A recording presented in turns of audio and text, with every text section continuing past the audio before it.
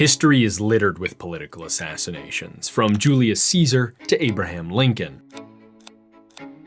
But none capture the modern imagination like JFK. 3 letters is all you need. Yet there are 4 lesser-known assassinations in European history that replicate the suspense, drama, historical importance, and above all, mystery of that famous atrocity. In Sweden, the murder of Olof Palme had the same earth-shattering effect as JFK, leaving millions with a traumatic memory of exactly where they were when they heard the news. In Serbia, zealous reformer Zoran Djindjic was struck down in his prime, only to be replaced by corrupt, self-interested politicians, capturing that same question many still ask of the young, bright JFK. What if he had lived? In turn, JFK's untimely death engendered paranoia and cynicism in many Americans, an attribute darkly captured in Russia's story, when Joseph Stalin used the murder of his friend Sergei Kirov as a pretext to launch his infamous purges. But perhaps nothing captures the essence of the JFK assassination quite like the conspiracy theory, the belief that a killer was working on behalf of sinister forces hidden from the public's eye. In Italy, many theorize that Prime Minister Aldo Moro's own party collaborated with the communist Red Brigades in his kidnapping and murder. Above all, these stories, like JFK, all remain enduring mysteries that, to this day, are still, in some crucial way, unsolved.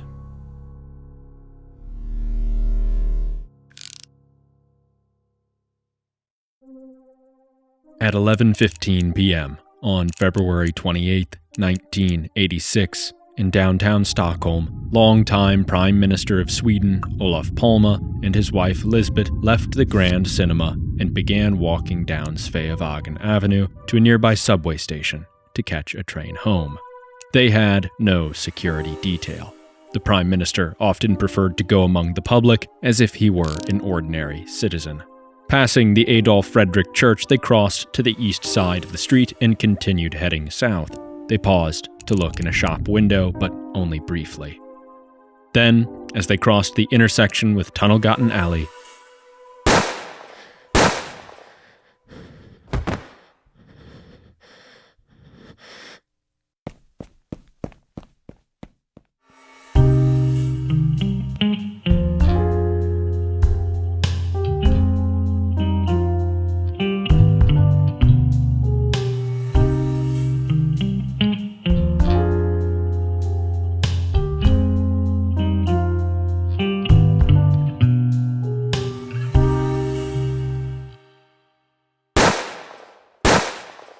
even before Mrs. Palme fell to her knees over her husband, Anna Haga stopped at a red light nearby, caught sight of a man collapsed on the sidewalk as a nearby figure dashed into the adjacent alley.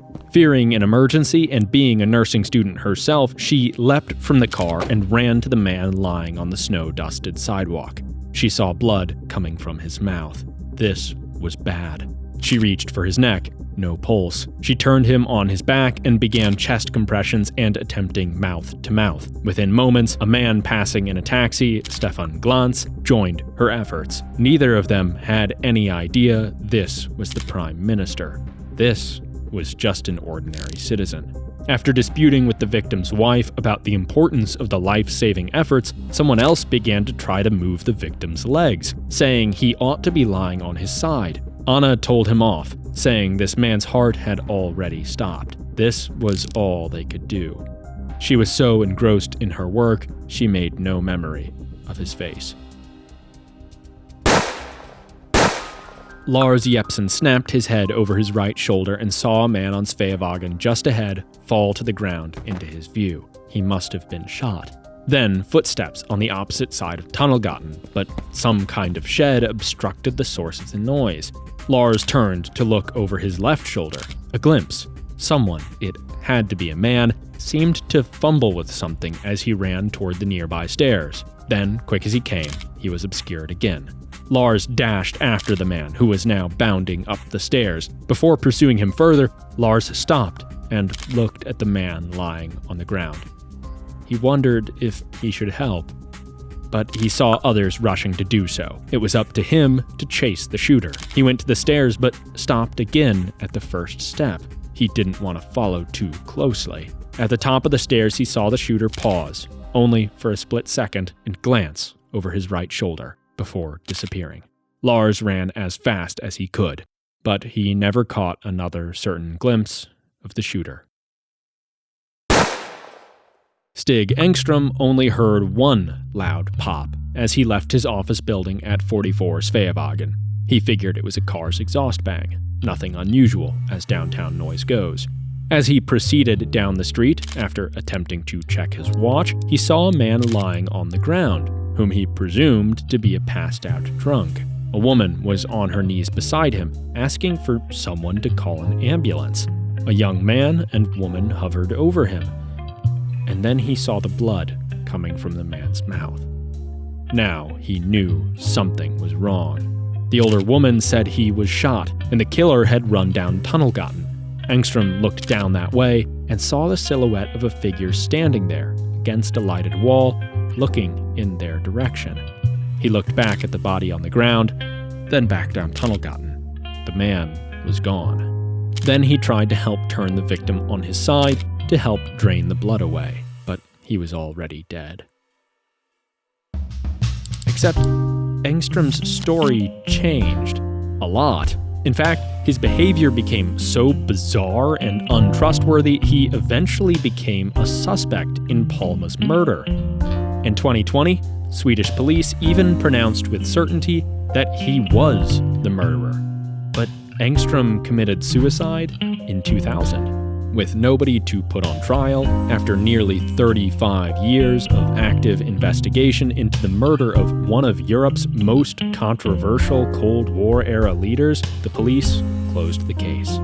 And who really killed Olof Palme remains a mystery.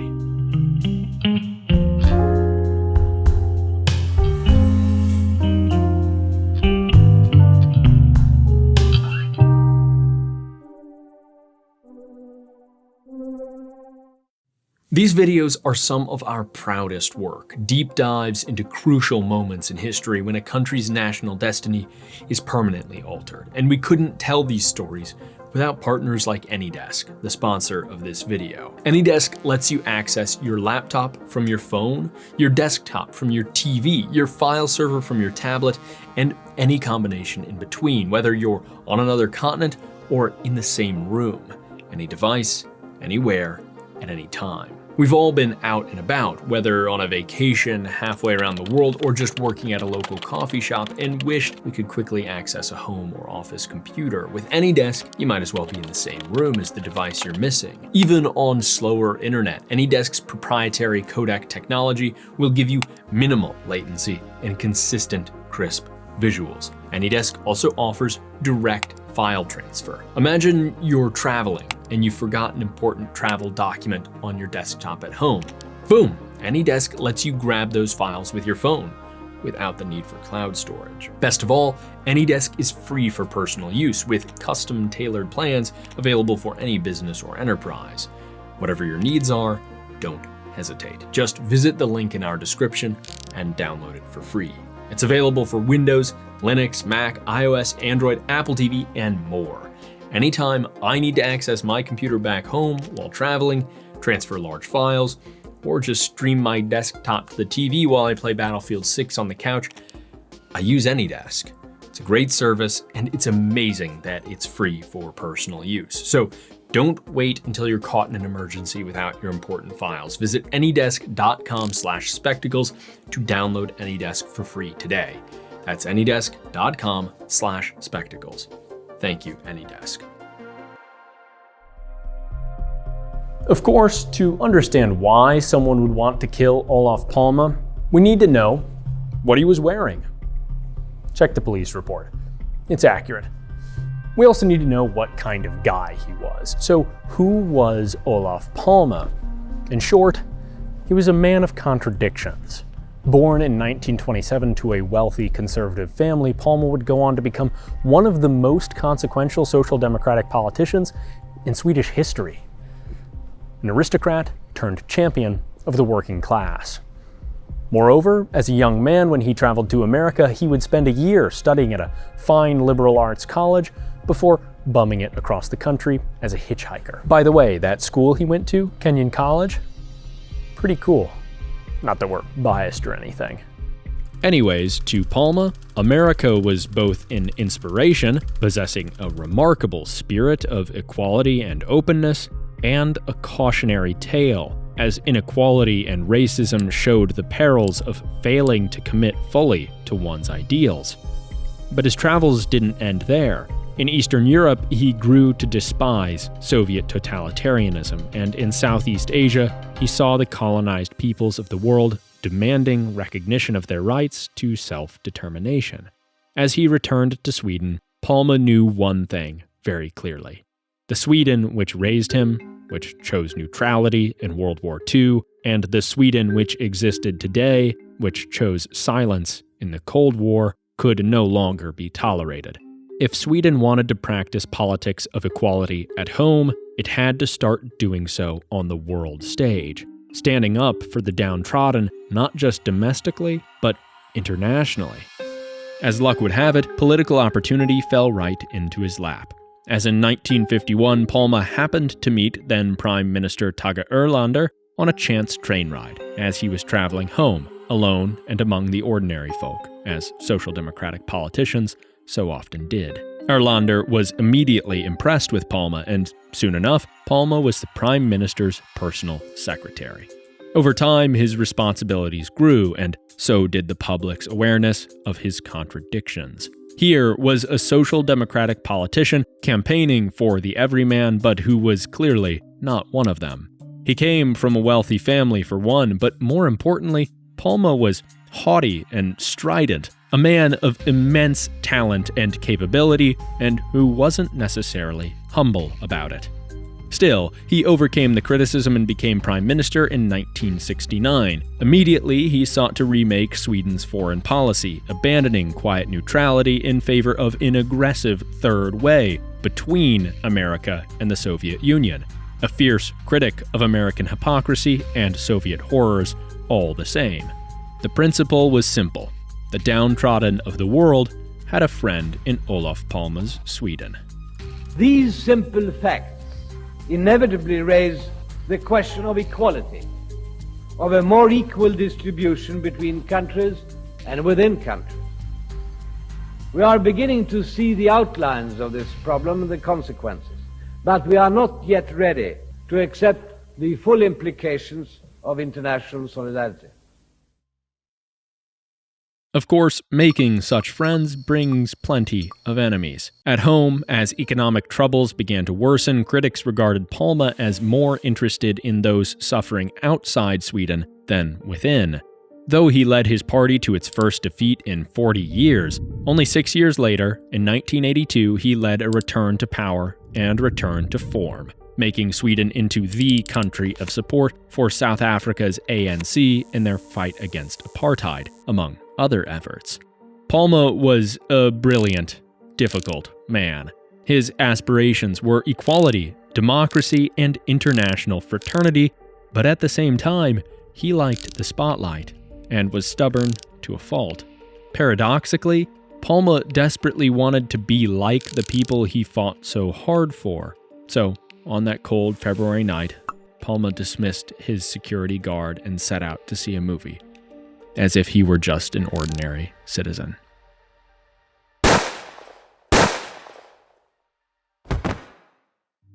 From the moment Olof Palme hit the ground, police were behind the curve. Multiple witnesses phoned emergency services immediately, but police were late to the crime scene, giving Killer crucial time to escape. Palma took minutes to identify, given Lisbeth's non-responsive state of shock, and at headquarters, police failed to put out a call for additional manpower, while Stockholm wasn't locked down until 3 hours after the murder. At the crime scene, witness questioning was terribly disorganized. Several key witnesses with crucial testimony were sent home. The police perimeter was too small, and passers-by trampled over key evidence, including the bullet used to kill Palma. As time went on, maverick cops developed their own pet theories. The lead investigator was convinced that a leftist Kurdish group was behind the assassination. Now, this wasn't totally implausible at first, but he held on to it even as it became increasingly clear there was nothing really to go on. He even shut down an inquiry into Stig Engstrom, thinking his own theory needed the attention and resources. All this police misconduct snowballed, leaving an increasingly cold trail. The murder weapon, determined by ballistics investigations to be a .357 Magnum, was never found, despite there only being 10 such weapons missing under suspicious circumstances in the entire country. Even as more plausible suspects emerged, the evidence against them was often circumstantial. Capturing the killer started to look more and more unlikely, if not downright impossible. With little in the way of decisive detective work to narrow things down, the list of suspects in Olof Palme's murder is immense, running the gamut from completely deranged to highly plausible. Usually, intricate theories of tightly organized conspiracies end up on the deranged end of the spectrum, but in the case of Olof Palme, there's one such theory worth considering: the South African connection. The motive is simple. Palme was the foremost political figure in the West supporting the fight against apartheid. For South Africa's white supremacist government, killing Palme could do wonders. So when Palme died, a few people did point at South Africa. But it wasn't actually until 1996, 10 years after the murder and 2 years after the end of apartheid, that the theory gained any steam. As the new black South African government was sorting through the crimes of the period, a former government agent named Eugene de Kock alleged that a spy known to have assassinated a number of anti-apartheid activists' families, Craig Williamson, had orchestrated the Palme murder. Now, de Kock didn't say much else, but independent journalists have pieced together a story.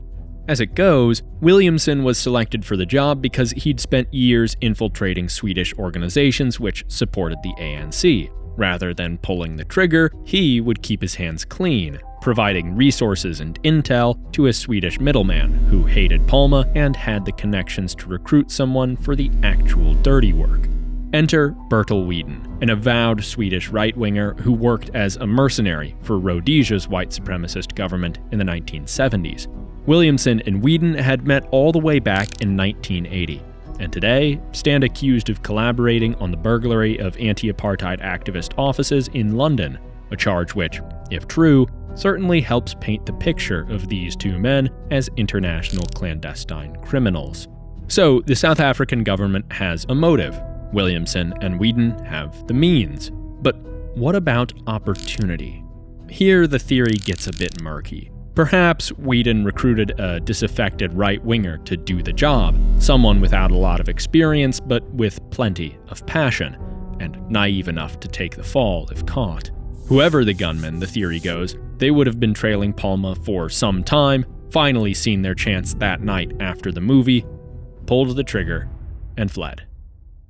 How does this theory hold up? Well, there's a compelling motive, and Williamson was a serious guy, a bona fide killer. But it's pretty incomplete. Who actually pulled the trigger? There's not really much to say, despite some pretty rigorous journalistic work to figure it out. Not to mention, de Kock's accusation came at a time when former apartheid officials could get amnesty for their crimes by presenting evidence against each other. Now, that's not proof he was lying, but he would have had an incentive to do so. True or not, this theory points to important insights about power and identity, the core concepts at the heart of Palme's own story and personal contradictions. Williamson spent his entire career working tirelessly to deny recognition to an entire people, literally killing those who stood in his way. Apartheid South Africa's intense need to suppress the recognition of millions was a powerful force, one that, however unlikely, could have stretched thousands of miles onto a dark Stockholm street in February to kill a man who'd spent his life doing the opposite. Several early witnesses, including Olaf's son, Martin, testified to seeing someone outside the Grand Cinema before and after the screening and following the Palmas as they left. The search for the so-called Grand Man led police first to Ulf Spinners, a seedy character who claimed to know something about the murder. In turn, they encountered Christer Pettersson, who, as a friend of Spinners, was able to provide him with an alibi. Interestingly, this was not the first time the police had met with Pettersson. After suffering a traumatic head injury as a young man, Pettersson developed a habit of substance abuse and addiction, and soon began landing himself in more trouble, ultimately stabbing a drug dealer to death in 1970, an event which garnered him prison time and the nickname the Bayonet Killer. But about that alibi, Pettersson claimed Spinners had been staying at his apartment on the edge of town. That evening, Pettersson had taken the train downtown to visit the Oxen Club, which was owned by drug dealer Sigge Sedergren. He then left the club around 10 p.m., taking the train home to arrive at about 11:30. A plausible timeline given his apartment's distance from central Stockholm. It all made sense. In fact, this whole group of lowlifes appeared to be a dead end. But after 2 years of fruitless investigations and a decision to retrace their steps, the police noticed an oversight. They hadn't bothered to ask Sedergren if he'd even seen Pettersson that night at the club. So in 1988, the police asked Sedergren, who was, ironically, at the tail end of a prison stint, about the affair. As it happens, he hadn't seen Pettersson that night at all. He volunteered an explanation for the mix-up. Perhaps Pettersson had wanted to buy some drugs and stopped by Sedergren's apartment. He lived near the Grand Cinema. Now they had a suspect. So they sought out Ulf Spinners once more, who now disputed the very story which provided him an alibi for the murder, asserting that Pettersson hadn't returned home until 12:30, ample time to have committed the crime. It was time to talk to Pettersson. His alibi didn't change much, but it was now, a couple of years later, more detailed. He'd left in the early evening, gone to the Oxen Club, hung out with Sedergren and his girlfriend, where, incidentally, he'd signed an affidavit as a witness to their opening a shared bank account, gotten drunk, taken the train home, fallen asleep, passed his stop, and had to go all the way back home, thus explaining his late arrival. Except neither Sedergren nor his girlfriend testified to seeing Pettersson at the club that night. And that document existed, but was undated. Pettersson just might be their culprit. So the police set up a lineup. A key Grand Man witness and Olof Palme's son Martin, who both testified to seeing someone follow the Palmes from the theater, picked out Pettersson, although quite tentatively. Then they called in Lisbeth Palme to view a video lineup. She refused to be anywhere near the killer, and she identified Pettersson, stating, "It's evident who it is." That was enough. Christer Pettersson was charged with the murder of Olof Palme. The trial that began in June of 1989 was a disaster for Pettersson. His defense lawyer was unnecessarily confrontational with Lisbeth Palme, who remained a sympathetic figure with the Swedish public. In fact, Pettersson was convicted almost exclusively on the basis of her testimony. However, the conviction wasn't unanimous, and Pettersson was granted an appeal. 2 months later, citing evidence of Lisbeth Palme's state of shock and unreliability, along with police misconduct in nudging her selection at the lineup, while lacking evidence for any clear motive for Pettersson, his appeal was successful. Christer Pettersson was innocent. Without compelling new evidence, it was impossible to retry him, even as he made conspicuously self-incriminating remarks and media appearances, apparently motivated by compensation for his sensationalism. Pettersson died in 2004, leaving behind a frustrating trail of circumstantial evidence and unanswered questions. Maybe he had the means. Sedergren, who dealt not only in drugs but also weapons, claimed to have sold Pettersson a revolver which matched the forensic criteria. As for motive, the popular theory goes, ironically enough, Sedergren bore a passing resemblance to Palme, and for whatever reason, Pettersson had it out for him, like he did the last drug dealer he killed. As for opportunity, it's plausible he was hanging around the area of the theater and on a dark night could have mistaken Palma for Settergren or someone else.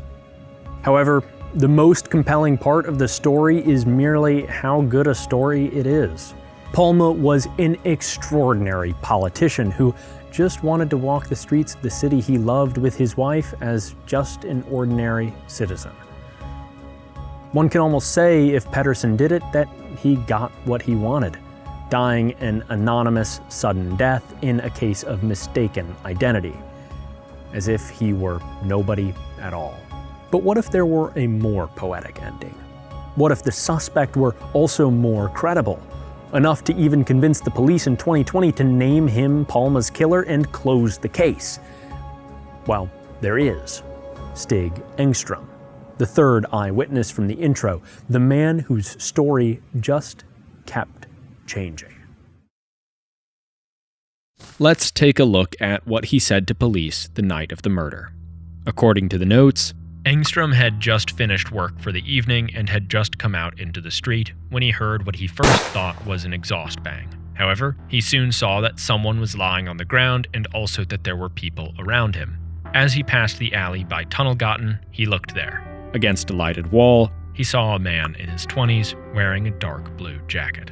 A couple notes on Engström's timing and position. According to this telling, he's just outside 44 Sveavägen, roughly 50 to 60 meters away from the shooting when it occurs, and, according to Engström, he clocked out at 11:20 p.m. The shooting took place at approximately 11:21 and 20 seconds, so he would have had to clock out in the late seconds of 11:20 at the earliest if he really heard the shooting just outside his office. That is, as long as the time clock is accurate. So Engström says he heard a bang, then saw Palma surrounded by witnesses, and then saw a man lurking in Tunnelgatan. In fact, that's all pretty reasonable. Lars Jepsen, the second eyewitness from the intro, the man who chased the killer up the stairs, testified the same night to police, according to their notes, that he hesitated for a moment whether to rush down to the injured person or whether to pursue the perpetrator. He would later clarify that he crossed to the north side of Tunnelgatan before doing so, a crucial detail because this makes him visible from where Engström was standing. This is a vital point in Engström's alibi. If he really saw Lars, it makes his guilt very hard to believe. Recall that at the time Lars was standing in that spot, he testified the killer was already bounding up the steps and had made it some distance. To see Lars on the north side of Tunnelgatan would have been very difficult from anywhere other than where Engström claimed to be standing.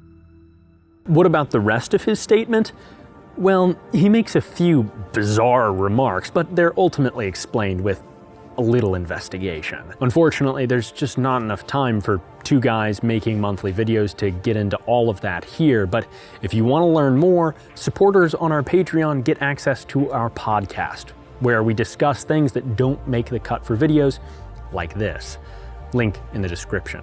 So Engström's story makes enough sense. The problem is, he didn't stick to it. First, his position at the time of the murder changed.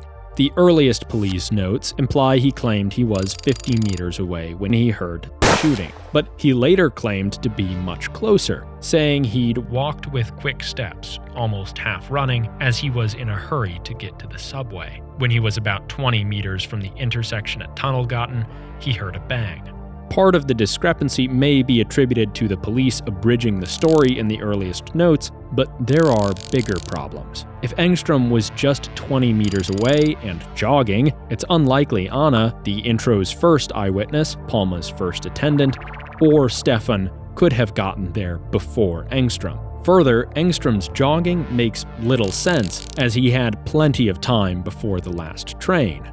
Second, the timing started to get fuzzy too. In his third conversation with police, Engström attempts to explain his failure to register the gunshots appropriately by claiming that he was distracted trying to look at his dark watch. But he'd never mentioned this detail before, and he'd just then clocked out of work. If he was worried about time, surely he would have taken a look at it then, before mistakenly assuming he needed to rush to the station. Finally, in successive statements, Engstrom expanded his own involvement in administering first aid to Palma, from casting himself as a helpless bystander to offering advice about how best to position the victim, all the way to actively attempting to turn him on his side. There are other examples, but these are the most conspicuous instances of apparent dishonesty, and they all have one thing in common: a persistent effort by Engstrom to establish himself closer to the crime and more involved in the aftermath. Put another way, if he were innocent, Engstrom's first story is perfectly credible. He left work, heard the shot, ran to the scene, and even saw Lars Jepsen where he's supposed to be, confirming the timing. End of story. So why lie? Well, perhaps he got lucky with his first story. Perhaps he'd caught a glimpse of Lars when Lars caught a glimpse of him. After all, Lars's description of the killer, middle-aged, dark-down jacket, something like a cap on his head, and with a wide back, sounds rather like Engstrom, a heavy-set, middle-aged man who wore a dark coat and a cap the night of the crime. According to the 2020 police announcement, the motive is simple. Engstrom craved attention. A middle-aged guy working late nights in a dead-end job who strolled out into the street one night, exhausted and bitter, and saw a man who had it all. He was famous, beloved by many countrymen, a politician who had the confidence, the arrogance, to waltz around at night alone, as if nothing could touch him. But Stig had the chance to put him in his place, so he did. Of course, murder is rarely rewarded with adulation and fame, but scorn and infamy. Unless you kill the Prime Minister of Japan. Check out our video on that assassination after this one. So Engstrom fled. Dissatisfied, he sought the limelight, telling the police a story that made him seem important. But it wasn't enough. He even complained to his wife the police weren't paying attention to him. In response, he changed his story and inflated his role. So he's got a plausible motive, but what about means and opportunity?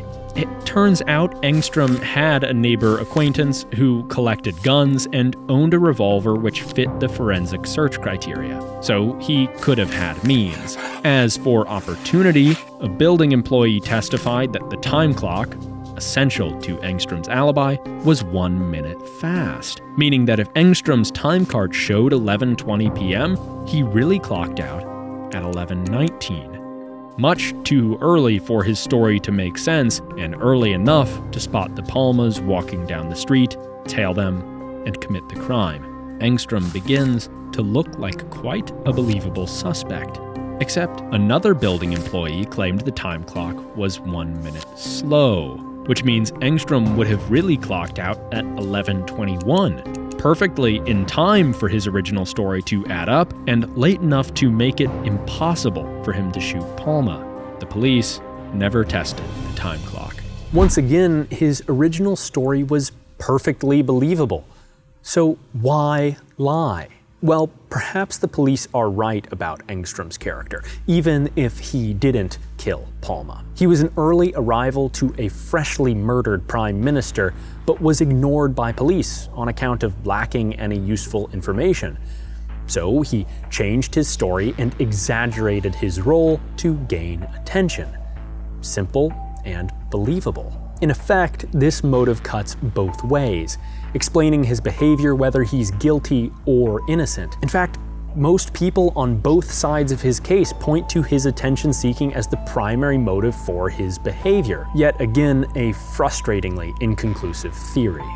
But while the case for Engstrom's guilt is riddled with holes, it has some convincing moments, perhaps most of all because it offers an even more poetic ending than Pedersen. An extraordinary man of great importance walks the streets alone, pretending to be ordinary. Not only does he die an anonymous death, a sort of wish ironically granted, he's gunned down by his polar opposite, an ordinary man who thought with the pull of a trigger he could change his fate, become extraordinary. And here we are, almost 40 years later and thousands of miles away, still talking about the lowly Stig Engstrom. Whether Palma was killed by a villainous secret agent, a hapless drug addict, or a hopeless loser, the story of his death is a fascinating one. Of course, there's the extraordinary drama of it all.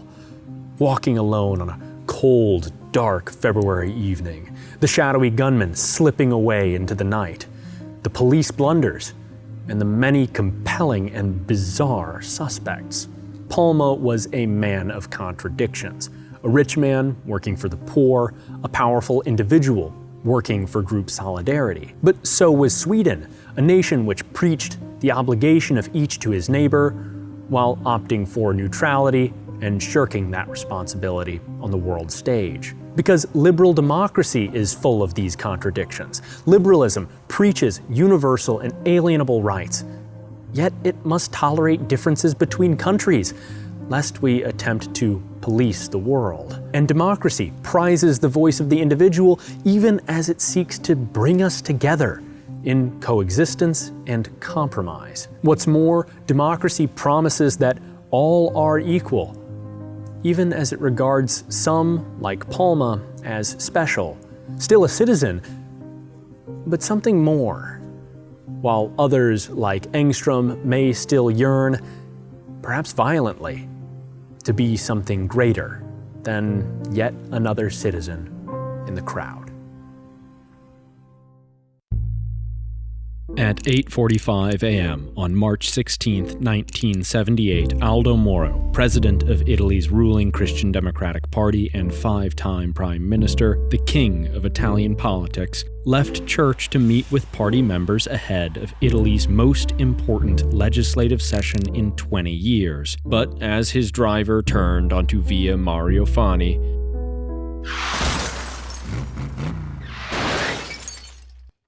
Aldo Moro was pinned in. The white Fiat 128 ahead of him had just slammed on its brakes, causing a pileup with Moro's blue 130 and the Alfetta behind, occupied by two policemen and a bodyguard. In the blink of an eye, another white 128 blitzed in behind the pileup to pin the cars in place. Then came the shooters. 4 gunmen dressed in airline uniforms appeared on the street, firing over 100 rounds. Moro's detail didn't even have the chance to shoot back. They kept their guns in the trunk. As quick as it began, it was over. 5 dead, and Moro, wounded but alive, was hauled into a van painted like a police vehicle. 55 days later, his body was found in the trunk of a red Renault 4.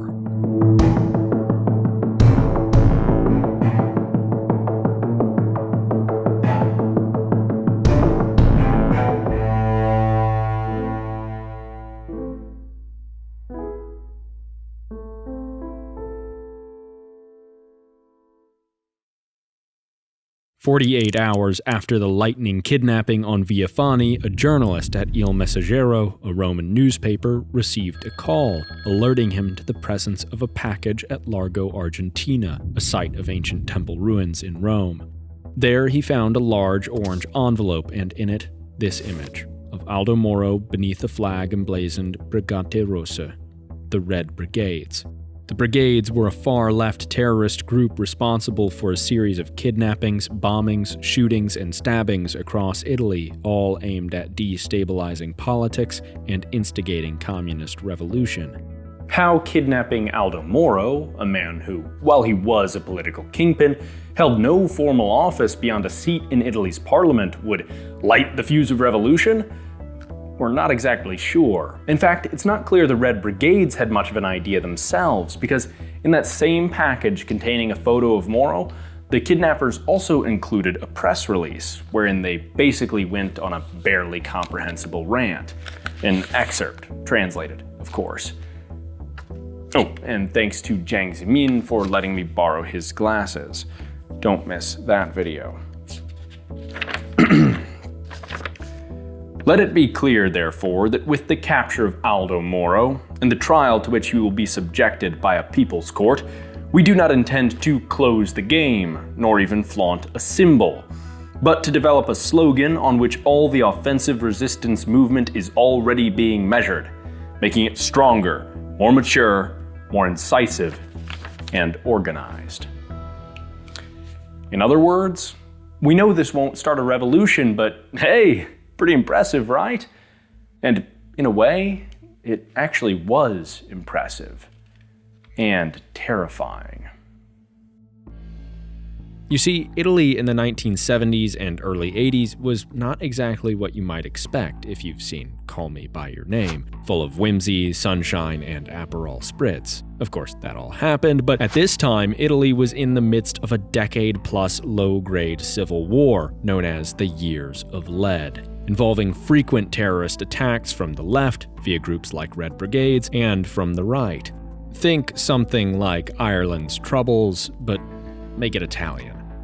So Italy was an absolute mess. But while a few bombings, such as the massacres at Piazza Fontana, Piazza Loggia, Italicus Express, and others, had been catastrophic, no attack had yet struck so close to the heart of the government, so surgically and successfully dispatched a security detail like Moro's. This was unlike anything the Red Brigades had yet pulled off. Of all times, in 1978, after a couple years in decline and with their leader Renato Curzio captured and on trial in Turin. So why now? And why Moro? Recall, on the morning of the kidnapping, Moro left church to meet with party members ahead of Italy's most important legislative session in 20 years. Because on March 16, 1978, Italy's parliament was set to hold a vote of confidence to approve a new government of Christian Democrats. But Moro's party only held 262 of the 316 seats needed for a majority, and this is what was so historic. The center-right Christian Democrats were about to form a government with the support of the Communist Party of Italy. Of course, being the president of the Christian Democrats, Moro was always a boogeyman for radicals like the Red Brigades, but it was this deal that finally pushed them over the edge. This was a big problem. But wait a second, you'd think that a bunch of communist terrorists would be big fans of this. After all, they'd want the Communist Party to succeed.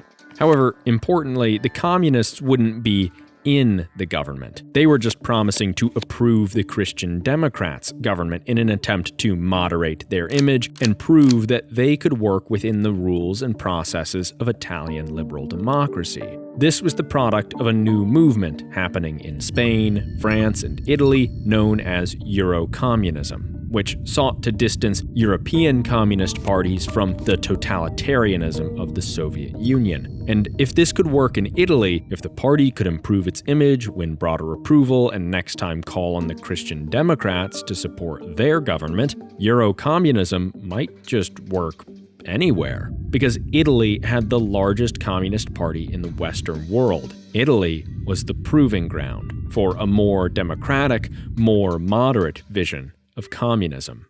And that was anathema to the Red Brigades, who believed the path to progress could only be paved with guillotines, gulags, and guerrilla terrorism. And barring those, it certainly wasn't a trek made hand in hand with the Christian Democrats. The historic compromise had to be stopped, and that meant taking out the architect, Aldo Moro. It was Moro who'd called upon his party to work with the communists, Moro who'd spent the long nights meeting with them to iron out the agreement, Moro who'd staked on this plan his career, his reputation, and ultimately, his life. But it wasn't as though the gunmen on Via Fani had just shot Moro then and there. No, they kidnapped and held him for 55 days before finally executing him. So, what happened over those 55 long days and nights? And why wasn't the government able to rescue him? Well, while the left of the left sure hated Moro, he may have had as many enemies to his right, even in his own party. So let's talk about the police, who obviously failed to find and rescue Moro, which many cite as evidence of a right-wing conspiracy against him. Now, to be fair, Rome is a huge, famously complex and messy city home to millions, so it's definitely harder than, say, finding a gunman in Stockholm. Speaking of which, I'm cold, so I'm gonna go ahead and put on Olof Palme's hat here.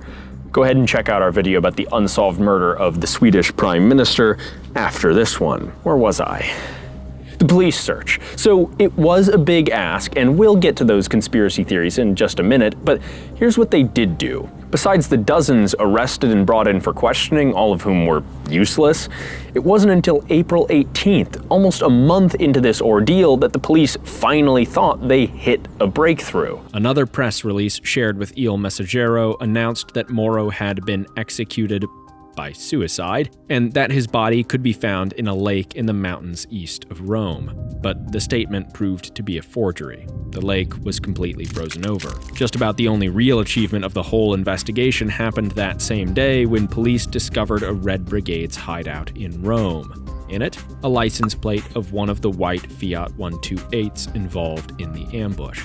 That, however, is about all they dug up during the 55 days. Senor Moro's only real shot at freedom was negotiation, and he knew it. Because it wasn't just the brigades sending messages to the outside world. Moro wrote dozens of letters to his family, to the Pope, and to the government, pleading for help in his release. Now, it may sound kind of strange that his captors would let him get away with this, and it kind of was. But while the letters were written by Moro, there's no real doubt about that. Whether the sentiments expressed in them were truly his or forced on him by his captors, we'll never know. On March 29th, Moro's first letter was released publicly by his kidnappers. In it, he implored that, quote, "the sacrifice of innocence in the name of an abstract principle of legality is inadmissible." He continued, noting that every other country in the world except for West Germany and Israel was open to negotiations with terrorists, suggesting that the Italian government had not only the power, but the political precedent and permission to secure his release via negotiation. In later letters, the proposal, reinforced by continued press releases from the brigades, would become clearer. Moro for 13 imprisoned Red Brigade's terrorists, including Renato Curzio, the group's leader, currently on trial in Turin. However, while the Socialist Party leader Bettino Craxi attempted to forge a middle path, drawing up a list of Red Brigade's criminals guilty of more minor crimes like robbery and assault that the government might be willing to give up, the terrorists rejected the deal. It was the big fish or nothing, and the government, Moro's own party, wasn't interested. In their view, which was shared by the Communist Party, to negotiate with the terrorists would validate them as a legitimate interlocutor with the government and reward their terrorism, incentivizing further attacks. In fact, in his first letter, Moro alluded to the kidnapping of Peter Lorenz, a regional official from West Germany, for whom the government made an exception to its no negotiation policy. Unfortunately, the terrorists released in exchange for Lorenz did return to commit further attacks in West Germany, in effect, endorsing the government's argument. Still, Moro pressed on, drafting letter after letter, each more desperate than the last, pleading, begging for help from the men he'd spent years working with, the party he'd spent his life building. Toward the end, he grew bitter, understandably, writing his wife that the party could have saved him if they wanted to. On May 1st, informed by his captors that he was sentenced to die, and seeing clearly that no help was coming from the men he thought his friends, Moro offered his final address to them, writing, "All I have to do is note my complete incompatibility with the Christian Democracy Party. I renounce all positions. I resign from the Christian Democrats. I ask the president of the chamber to transfer me from the Christian Democrat group to the mixed group." On May 5th, Aldo Moro wrote his wife, Eleonora, "Dear Nerina, they have told me that they are going to kill me in a little while. I kiss you for the last time." 4 days later, on May 9th, a Moro family friend, Franco Trito, received a phone call. "We fulfilled the president's last wishes by communicating to the family where they can find the body of the Honorable Aldo Moro.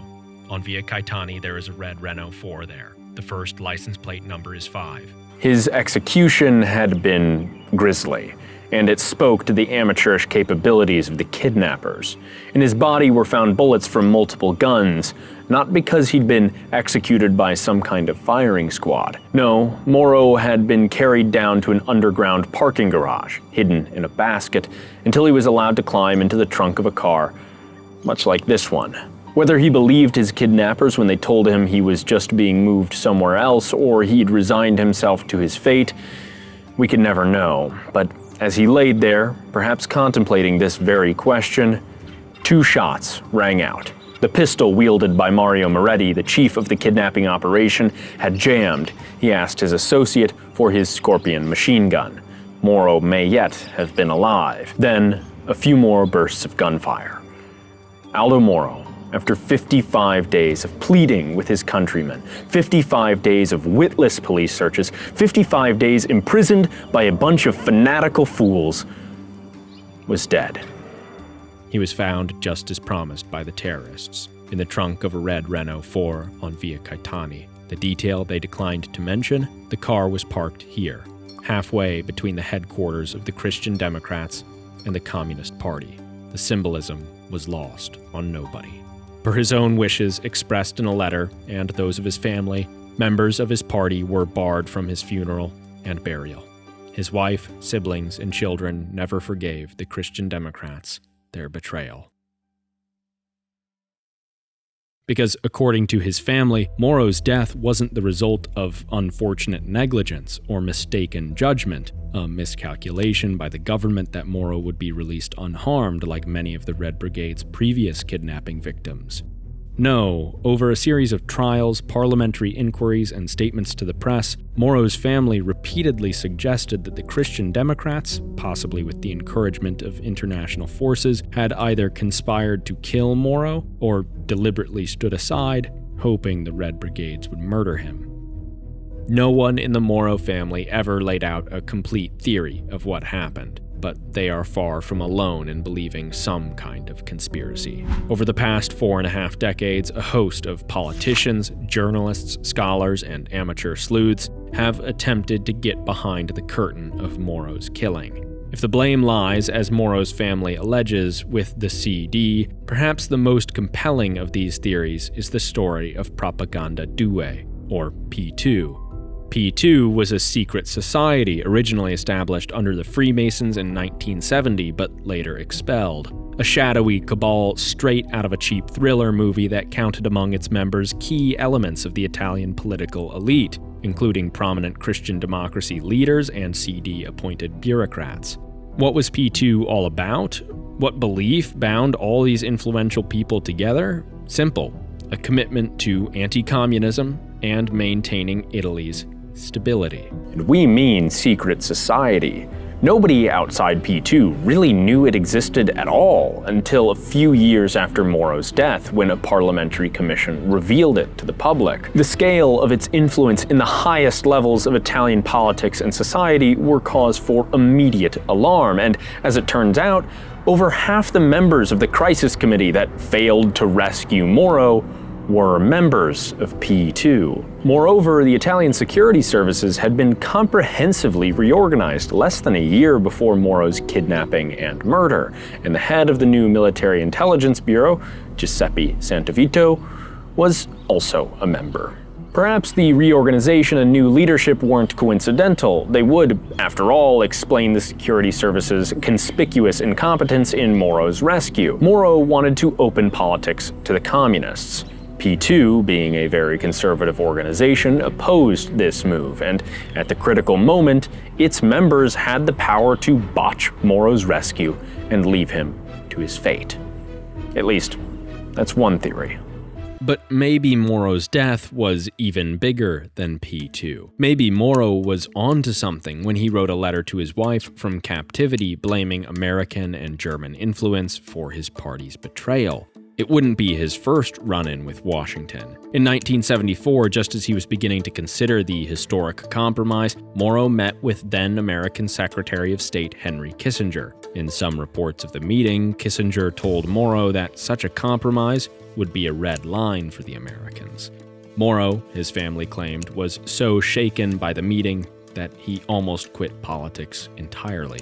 Just 2 years later, Moro attended a summit in Puerto Rico alongside American, German, French, and British leaders, where he was excluded from a secret meeting in which the other 4 countries agreed to basically embargo Italy if the communists entered the government with the Christian Democrats. When the secret meeting became not so secret, Moro released a statement expressing his dismay, but it didn't change any minds. This was all par for the course for America, both in terms of its Italy policy and broader Cold War perspective. Until 1968, they'd been funding the Christian Democrats to help keep them in power, and just a few years later, the Lockheed Corporation was caught buying off Christian Democrats so they would vote for a major aircraft purchase. Again, there's a straightforward motive for killing Moro: to keep the CD loyal, towing the anti-communist line.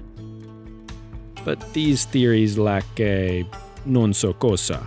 Let's get weirder with the Mossad, Israel's top-tier intelligence agency. In 1975, Mossad agents made contact with the Red Brigades, offering the brigaders assistance and warning them about 2 informants who had penetrated their ranks. Now, you may be wondering, why on earth would the Mossad offer assistance to the far left of Italy's far left, a bunch of communists who 100% hated Israel? Well, the Mossad knew that in Italy, where the Communist Party had real influence in government, would be far more sympathetic to Arabs in the Middle East. An armed leftist group opposed to participating in Italian democracy would kill a lot of birds with one stone. It would divide the left, but it would also destabilize Italy, making Israel the reliable Mediterranean ally for the United States. Oh, and Moro was basically the first European leader to acknowledge the existence of Palestinians. Except the Mossad's contacts with the Red Brigades never amounted to much, and there's certainly no evidence that they were involved with Moro's kidnapping and murder. It's pure speculation. In fact, there's no concrete evidence that any of these players, P2, the US, or Israel, had a direct hand in any of the events that transpired. In the case of P2, for example, there's a kind of chicken and egg problem. These guys were already conservative, already anti-communists, and already influential in Italian politics. Was P2 really such a potent organization, or just an expression of already existing political sentiment at the top of Italian politics? For their part, the Red Brigade leaders who partook in the kidnapping have taken offense at the very notion they would work with such forces. In the words of Mario Moretti, the architect of the operation, "One thing that I will never succeed in making the Italian bourgeoisie believe is that the Moro kidnapping was exclusively ours, organized by about 20 mere workers. The Italian bourgeoisie will never acknowledge this truth. It will always search for the hidden instigator or the foreign agency that never existed." Nothing connects these external players to that fateful Thursday morning on Via Mario Fani or the 55 painful days that followed. But there are circumstantial matters, oddities, and associations that have dogged those who defend the official version of events, certainly to a greater extent than, say, the assassinations of Shinzo Abe, Olof Palme, or even JFK. The Italian people remain skeptical of the official story. Why? Well, consider the broader context. Italy was immersed in violence, paranoia, and profound social unrest. Not unlike the Red Brigades, far-right militants were pursuing a strategy of tension, instigating and provoking maximum violence and chaos in the hopes that Italian democracy would collapse. And they had friends in the Italian police, and maybe the United States government. Meanwhile, P2 did count among its members high political officials and wealthy financiers. In essence, it was a political conspiracy, even if its actual influence has been exaggerated since its discovery. And of course, various foreign intelligence agencies, including Mossad, were engaging in covert attempts to influence Italian politics. Even the Red Brigades, for their part, had received assistance from abroad, funds and weapons from Palestinian militants as well as the Czechoslovakian secret police, including probably the machine gun used to finish off Moro. In other words, if you had a conspiratorial political axe to grind in the 1970s, well, all roads led to Rome. In the end, Moro's death isn't explained by some kind of conspiracy. In fact, the sheer number of shady things going on in Italy at the time renders the Moro affair a kind of anti-conspiracy. P2 members, communists, neo-fascists, maybe even the American government may all have toasted to the news of Moro's death on May 9th, but in the mountain of strange events that occurred, nothing beyond circumstance suggests any of their direct involvement in his death. Everyone had their fingers in the pie, often with competing goals. Sometimes they succeeded. Just as often, they failed to achieve them. The resulting state of chaos was exactly the type of fertile soil from which an organization like the Red Brigades can grow. Their doctrine permitted any means in service of their utopian ends, a fact that hardly contradicted the spirit of the times. But the idea that other forces actively worked with them to kill Moro doesn't add up, even if their actions did fuel the rise of the brigades. The Italian state was known for its incompetence and corruption. The police's initial suspect list included, along with 6 individuals who were indeed involved in the kidnapping, 1 informant who was employed by the government, and 1 exile who'd been living in Paris for years. And the security services? The 1977 restructuring that people cite as evidence of a conspiracy is more plausibly read as an unfortunate coincidence. These are far more logical explanations for the failure to rescue Aldo Moro. And would it really make much sense if there was a grand conspiracy that we wouldn't have any evidence of it decades later? Ironically enough, when they put him on trial, the Red Brigades believed that they were about to unravel the dark truths of conspiracy behind Moro's government.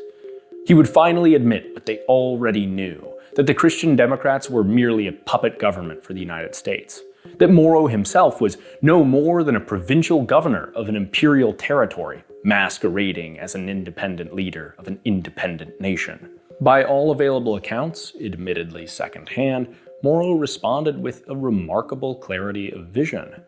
Yes, the US had interests in Italy. Yes, they sought influence, but this was the nature of politics. And more importantly, they'd failed. Moro had gone ahead and orchestrated the historic compromise against their wishes anyways. And the day of his kidnapping, the deal, hated by fascists, communists, and foreign governments alike, went through, as the communists voted their confidence in the Christian democratic government. Moro held to his principles until the moment of his demise. But can we say the same about the party that refused to negotiate for his release? Even if we absolve them of conspiracy, weren't their actions incredibly callous nonetheless? If we put ourselves in their position, it's hard to say. As some key decision makers at the time have since said, they weren't sure whether Moro's kidnapping was just the opening gambit in a wider, more brutal insurgency. To bestow political recognition and prestige on a group as brutal and dangerous as the Red Brigades might only have brought about more, not less, suffering in the long run. And yet, something feels wrong about this kind of calculation. It was the Red Brigades, after all, for whom zealous ends justified brutal means. In following the coldly calculated interests of the Italian state, were the Christian Democrats and their communist partners not displaying the same inhumanity? A statesman's life in exchange for the potential of stability? Either way, Moro's death was a tragedy and a lesson. On that fateful day in March, Moro had walked with the weight of his country on his shoulders. He'd been the most powerful man in Italian politics for decades, but he'd seen that his party's long dominance of the system was wreaking havoc on itself, on the country, on her people. Healthy democracy needs loyal, robust opposition and alternation between the parties in power, or the party that rules becomes corrupt, unresponsive, and risks dragging democracy down with it. Moro had attempted to coax the communists into a commitment to liberal democracy, and he'd been on the verge of success. It was democracy, with all its wondrous mundanities of negotiating, coalitions, and compromise, that had terrified Moro's enemies. To his left and to his right. Democracy that had convinced the Red Brigades that if they didn't kill Moro now, then their reason for being might evaporate. No one would support violent revolution if democracy and the government could actually work. An uncharacteristic moment of clear-sightedness for the terrorists. In the end, what killed Aldo Moro was this fear that democracy could work, that compromise, moderation, and the peaceful transfer of power could really deliver domestic tranquility and enduring faith in political institutions. To rob democracy of its power, Moro had to go. Aldo Moro isn't a martyr. He was a politician, with a politician's virtues and vices. But his death is, albeit in a somewhat perverse way, a testament to democracy's strength, to the importance of achieving and maintaining it, to denying those who fear it so much, they'll kill those who make it work. Leningrad, December 1st, 1934, 4:30 p.m. First Secretary of the Leningrad Communist Party, Sergei Kirov, entered the Smolny Institute building, greeted by his longtime bodyguard, Mikhail Borisov. Together, they headed up the stairs to the third floor, where top local party officials, including Kirov, had their offices. Waiting at the top were a couple of guards from the NKVD, the Soviet Union's secret police. Entry to this area required a party membership card, but they immediately recognized Kirov and let him through. His bodyguard, Borisov, had disappeared. As Kirov walked alone down the dimly lit hallway toward his office, one Leonid Nikolaev exited a bathroom just ahead. Upon spying the first secretary, Nikolaev turned his back, pretending to fuss with something, until Kirov passed behind him. Then, Nikolaev turned and followed Kirov, quickening his pace. They turned the corner. Nikolaev took 4 quick strides, drew his revolver, raised it behind Kirov's head, and Sergei Kirov was dead. His killer lay on the floor next to him. He may have attempted to shoot himself or simply fired once more into the air, waving his gun, but either way, he soon fell to the ground, unconscious. That such a high-ranking figure as Sergei Kirov could be murdered in plain sight was itself significant. What made it earth-shattering was that Sergei Kirov was a close, perhaps the single closest, friend of Joseph Stalin, the iron-handed ruler of the Soviet Union. Immediately, the dictator boarded a train for Leningrad from Moscow with one question on his mind: who was really behind this?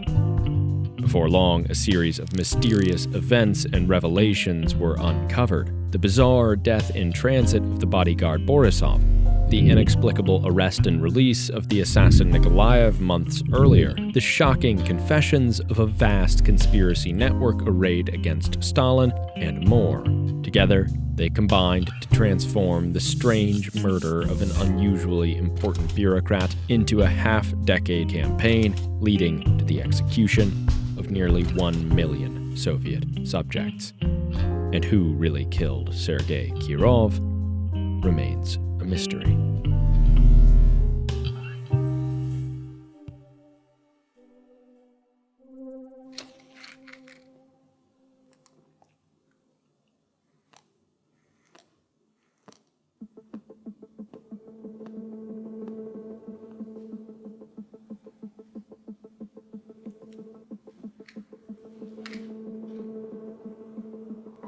To understand the theories surrounding Sergei Kirov's death, we must first understand his life. In essence, Kirov was an important man, above all because he was important to Stalin. Born in 1886, Kirov was a striver who rose above his humble orphan origins to a regional university, where he became enchanted with the local chapter of Vladimir Lenin's Bolsheviks. When, in the course of Russia's revolution, civil war broke out between the Bolshevik Reds and enemy Whites, Kirov brutally suppressed anti-Bolshevik independence movements in the Caucasus, near modern-day Georgia, where Stalin was born. Then the Nationalities Commissar, Stalin was laser-focused on quashing exactly that kind of regional separatism. He approved of Kirov's efficiency. By 1923, the Reds had won the Civil War. Lenin's revolution had succeeded. The next year, he gave up the ghost, leaving Stalin at the de facto highest post in the new Union of Soviet Socialist Republics. However, Lenin's will was garbled and disputed, so against Lenin's other clearest successor, Leon Trotsky, Stalin formed an alliance with two leading Bolsheviks, Grigory Zinoviev and Lev Kamenev. But just as the triumvirate forced Trotsky out, Stalin turned on Zinoviev and his junior comrade Kamenev. They put up a fight, but they were no match.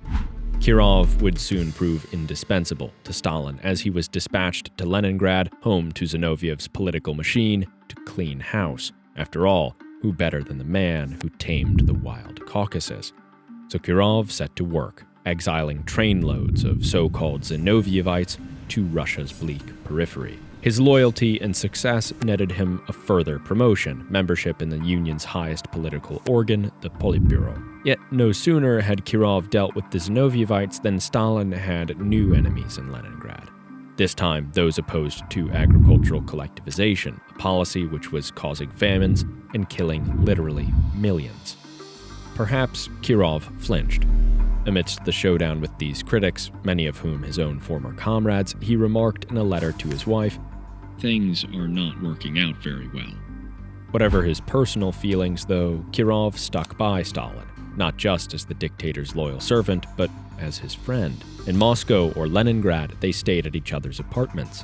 In letters, Kirov addressed Stalin as Soso, an affectionate nickname used by few others, and on vacation in Sochi, Soso relished Kirov's company.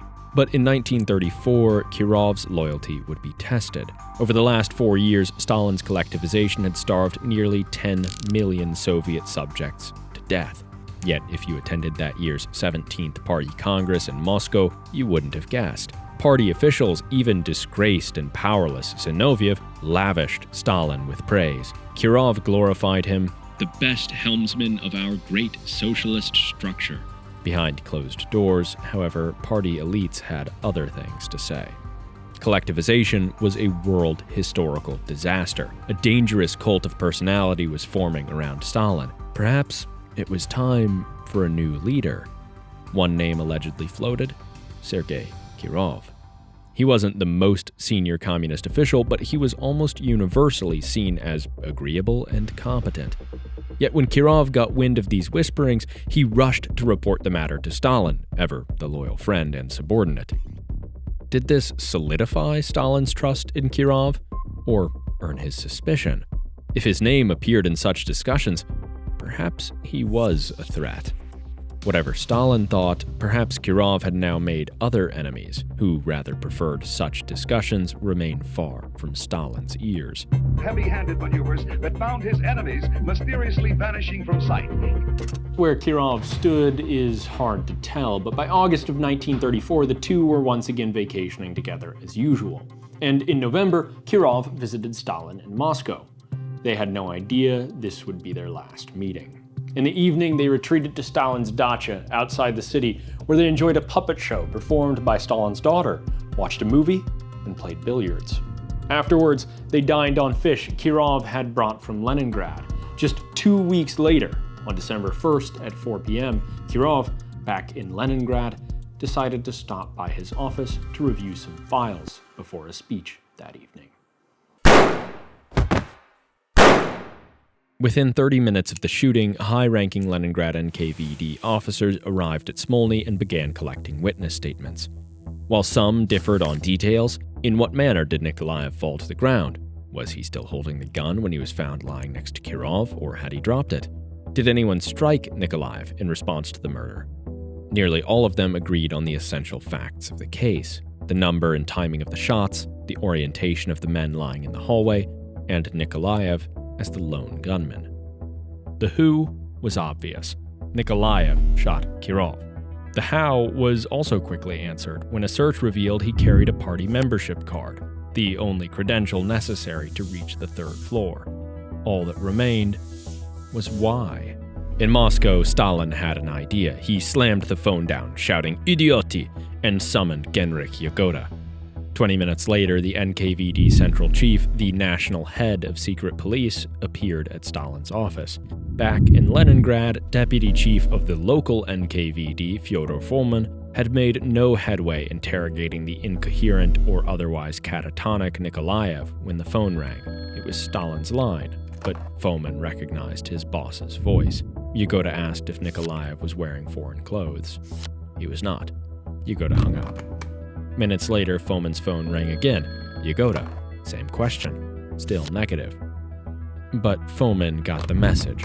Stalin was headed to Leningrad, and he wanted to know who was really behind this. As soon as Nikolaev regained his senses, Fomin launched into his first recorded interrogation with a simple demand. Tell us who else participated in the organization of this attack with you. Nikolaev insisted. I prepared the whole thing by myself, and I told no one of my plans. His stated motive was distinctly personal. He'd been mistreated at his previous job, dismissed from the party, and, despite multiple pleading letters, received no relief from Kirov, Stalin, or anyone else. Disinterested in his story, Fomin pressed Nikolaev repeatedly to admit his accomplices, but to no avail. The next day, Stalin descended on Leningrad, and that wasn't what he wanted to hear. Seeking answers, he summoned Kirov's bodyguard Borisov to Smolny. But on the way from the NKVD offices where he was being held, Borisov's transport truck crashed, killing him. The guards accompanying him were unscathed. Moreover, Stalin learned that the NKVD had apprehended Nikolaev once before in October, lurking outside Kirov's apartment, but released him. Stalin smelled a rat. One day later, NKVD Central Chief Yagoda indicted his Leningrad subordinates for negligence, including the Leningrad NKVD chief and his deputy, Fomin. Admonishing the two, Stalin warned, "The murder of Kirov is the hand of an organization, but which organization is difficult to say right now." The following morning, the new lead investigator, supervised by Stalin appointee Nikolai Yezhov, opened with as telling a question as his predecessor. What influence did your connections to former oppositionist Trotskyites have on your decision to kill Comrade Kirov? Suddenly, Stalin's man was hunting for connections to the dictator's 1920s opponents, Trotsky, Zinoviev, and Kamenev, enemies whose power lay in Leningrad and whose supporters Kirov had dutifully purged. In fairness, entries in Nikolaev's diary uncovered days earlier mentioned the names of two known Leningrad oppositionists. To this opening question, Nikolaev averred that he knew these men as individuals, but not as a group, and he maintained that he'd acted entirely on his own. The next day, December 5th, Nikolaev was interrogated 5 times. The day after that, 7. Finally, he broke, confessing to conspiracy with several others in the plot against Kirov. On December 9th, Nikolaev's old roommate was brought in for questioning, whereupon he confessed to participating in an oppositionist conspiracy headed by Stalin's old enemies, Zinoviev and Kamenev. A breakthrough. 3 days later, he coughed up full member rolls of all 5 cells of the movement. So the arrests began.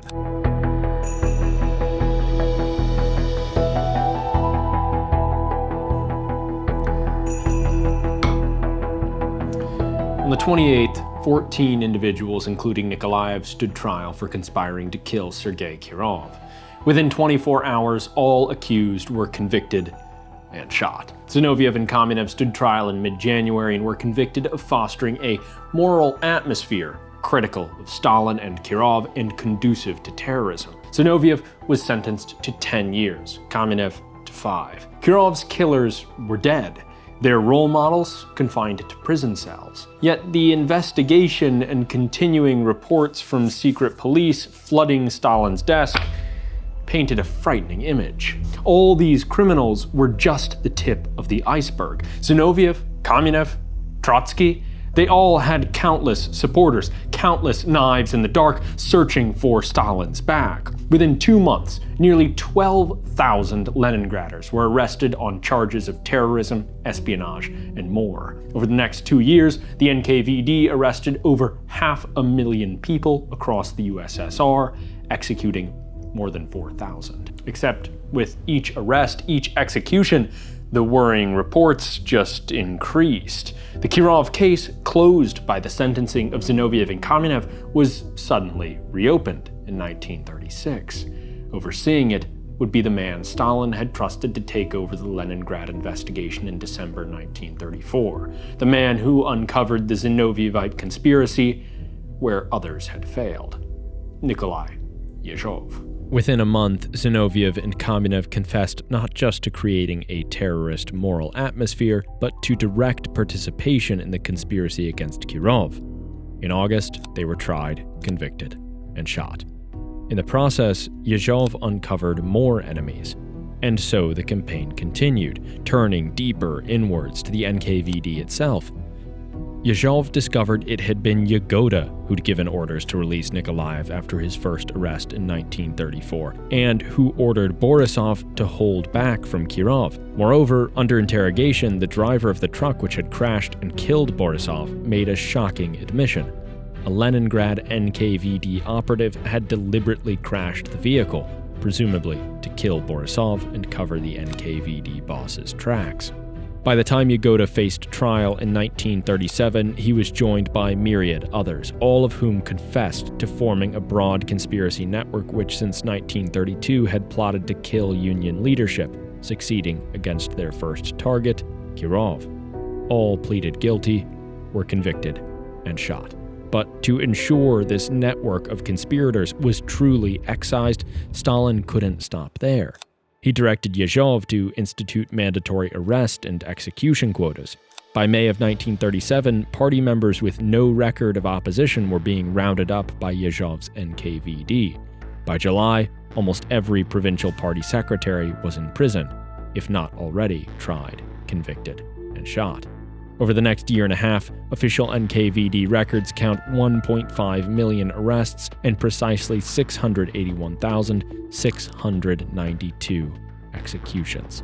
Hundreds of thousands more surely perished from abuse in the Far East's concentration camps. Further still, literally tens of thousands of deaths may simply have been forgotten in a rounding error. Of the Union's 100 million working-age subjects, nearly 1% were murdered by the state in this campaign, motivated ultimately by the death of one man, Sergei Kirov. But could this be true?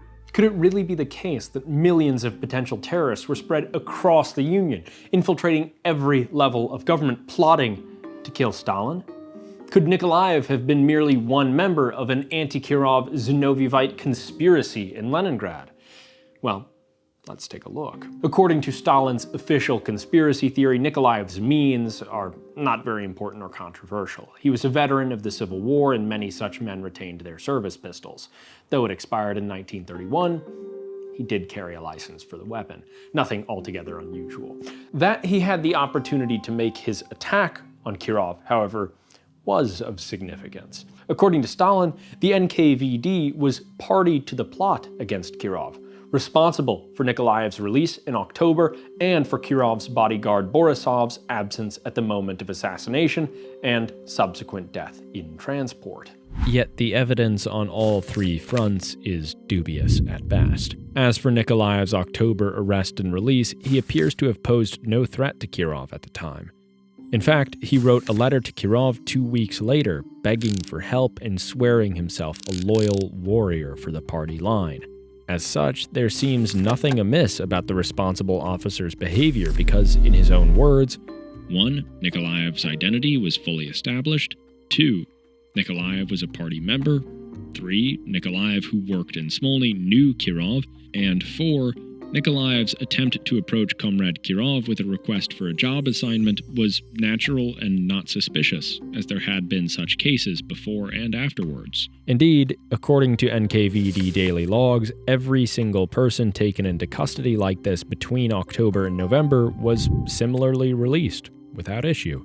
As for the mysterious absence of Borisov on the scene and his suspicious death, that's a bit more complicated, and it's central to the second theory of who really killed Kirov, so we'll deal with it in a minute. For now, let's just take it for granted that Borisov and the NKVD collaborated in Kirov's death, and that the NKVD killed him to cover their tracks. Where does that leave us? Well, Nikolaev's means are essentially uncontested, while his opportunity was provided by the collusion of secret police and Kirov's bodyguard. Yet, even if the NKVD had a hand in Kirov's death, what evidence is there that a vast anti-Stalin conspiracy really motivated them and Nikolaev? For one thing, Nikolaev's confession of conspiracy came only after nearly a week of intensifying interrogation. While there's no evidence to suggest he was tortured, there's plenty to suggest that he was manipulated with false assurances of his own and his family's safety, a conceivably effective tactic with such a mentally vulnerable prisoner. Moreover, the supposedly traitorous context in which Nikolaev wrote of his Zinovьevite associates in his diary was in fact the opposite. Nikolaev describes them critically, accusing them of traitorous behavior against Stalin. Further, Zinoviev and Kamenev aren't mentioned in any interrogation protocols prior to December 4th, more than 48 hours into the investigation and after Stalin's appointees took over, at which point, suddenly, oppositionist Trotskyites are the subject of the first question put to Nikolaev that day. In fact, Yezhov testified to the Central Committee in 1937, saying, "Comrade Stalin, as I remember it, called me in and said, 'Look for the killer among the Zinovievites.'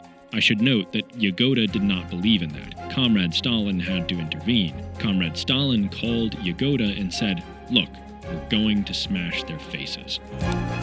Zinoviev has admitted his guilt. Trotsky is said to have given final instructions against the life of Stalin. Yezhov is not a perfectly reliable source, but these comments, combined with the abruptness of the investigation's turn and the discrepancies between Nikolaev's diary and his confessions, are altogether plenty enough to cast doubt on Stalin's official story of a Zinovievite conspiracy. Yet it remains possible, and if you'd like to dive deeper into it or any of the other theories we discuss, we release a bonus podcast doing just that for every video over on our Patreon. Go check it out. But while we can't say for sure that Zinoviev and Kamenev didn't mastermind Kirov's murder, by looking at a couple more theories, we may gain a clearer picture of relative degrees of plausibility. We may also, in turn, gain a better understanding of how exactly this one death ballooned to nearly 1 million executions in just a few years. To that end, if Stalin was cold and calculating enough to slander Zinovievites to death, sanctioning a cascade of carnage across his empire, could it be possible it was him who had Kirov killed in the first place, as a sort of casus belli for his reign of terror? Since the end of the purges, many have leveled this precise accusation at Stalin, perhaps most significantly Nikita Khrushchev, Stalin's eventual successor in the 1950s. Significantly, Stalin and those who accuse him each regard the NKVD as complicit in Kirov's death and central to their respective conspiracy theories. Khrushchev himself asserted that, quote, "The killer of Kirov, Nikolaev, was assisted by someone from among the people whose duty it was to protect Kirov, and that the death of Borisov in NKVD custody, quote, in a car accident in which no other occupants of the car were harmed, was highly suspicious." But while Stalin believed, or cynically asserted, that the secret police was captured by oppositionists, those who blame him have a simpler answer. Stalin, after all, was the ultimate authority over the NKVD. In other words, he obviously had the means. In turn, 4 years after his succession to power, Khrushchev's investigative commission concluded that Stalin had indeed been the man behind it all. It seems a strange idea. Stalin and Kirov were close friends, so where's the motive? One contemporary's account from an anonymous old Bolshevik at the top of the party apparatus recalls that Kirov opposed Stalin's plan to execute a disgraced oppositionist in 1932, speaking with particular force against recourse to the death penalty.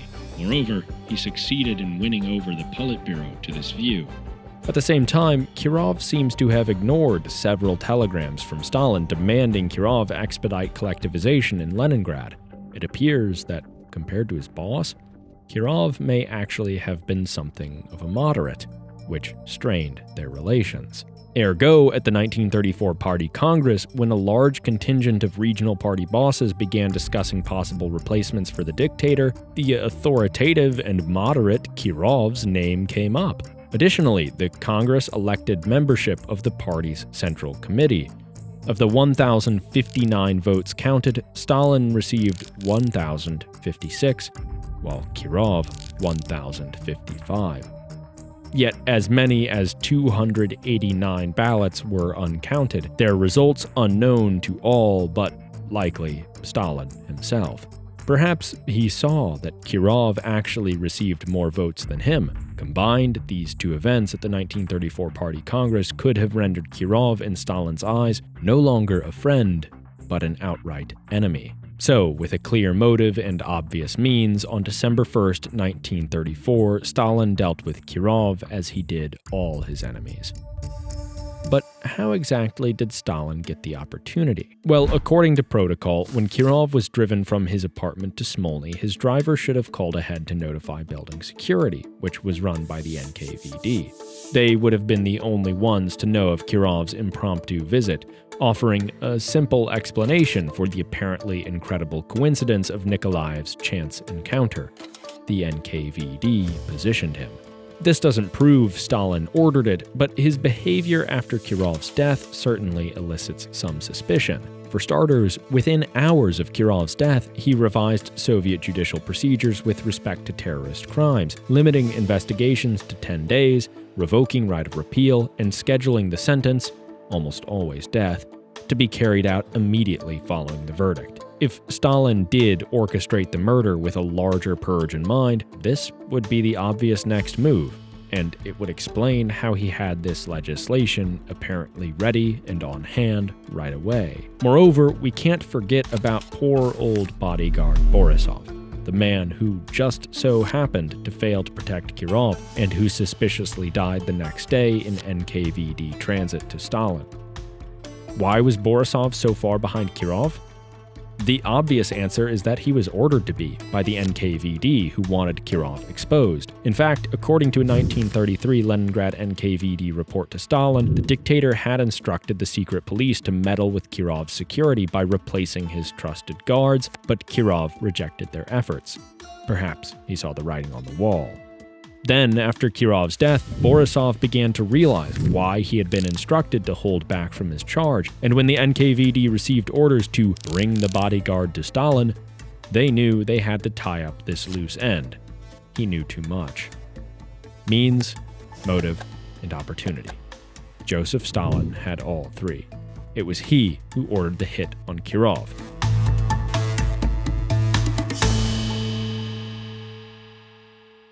But there are a few problems here. Sure, Stalin attempted to adjust Kirov's guard in 1933, but that was before the 17th Party Congress, when Stalin supposedly gained the motive to act against his friend. Moreover, Borisov had been Kirov's bodyguard for over a decade, but by 1934 was nearly 55 years old and had limited mobility. Therefore, it's hardly surprising that he lagged behind after Kirov climbed 3 flights of stairs to the Smolny corridor where he was shot.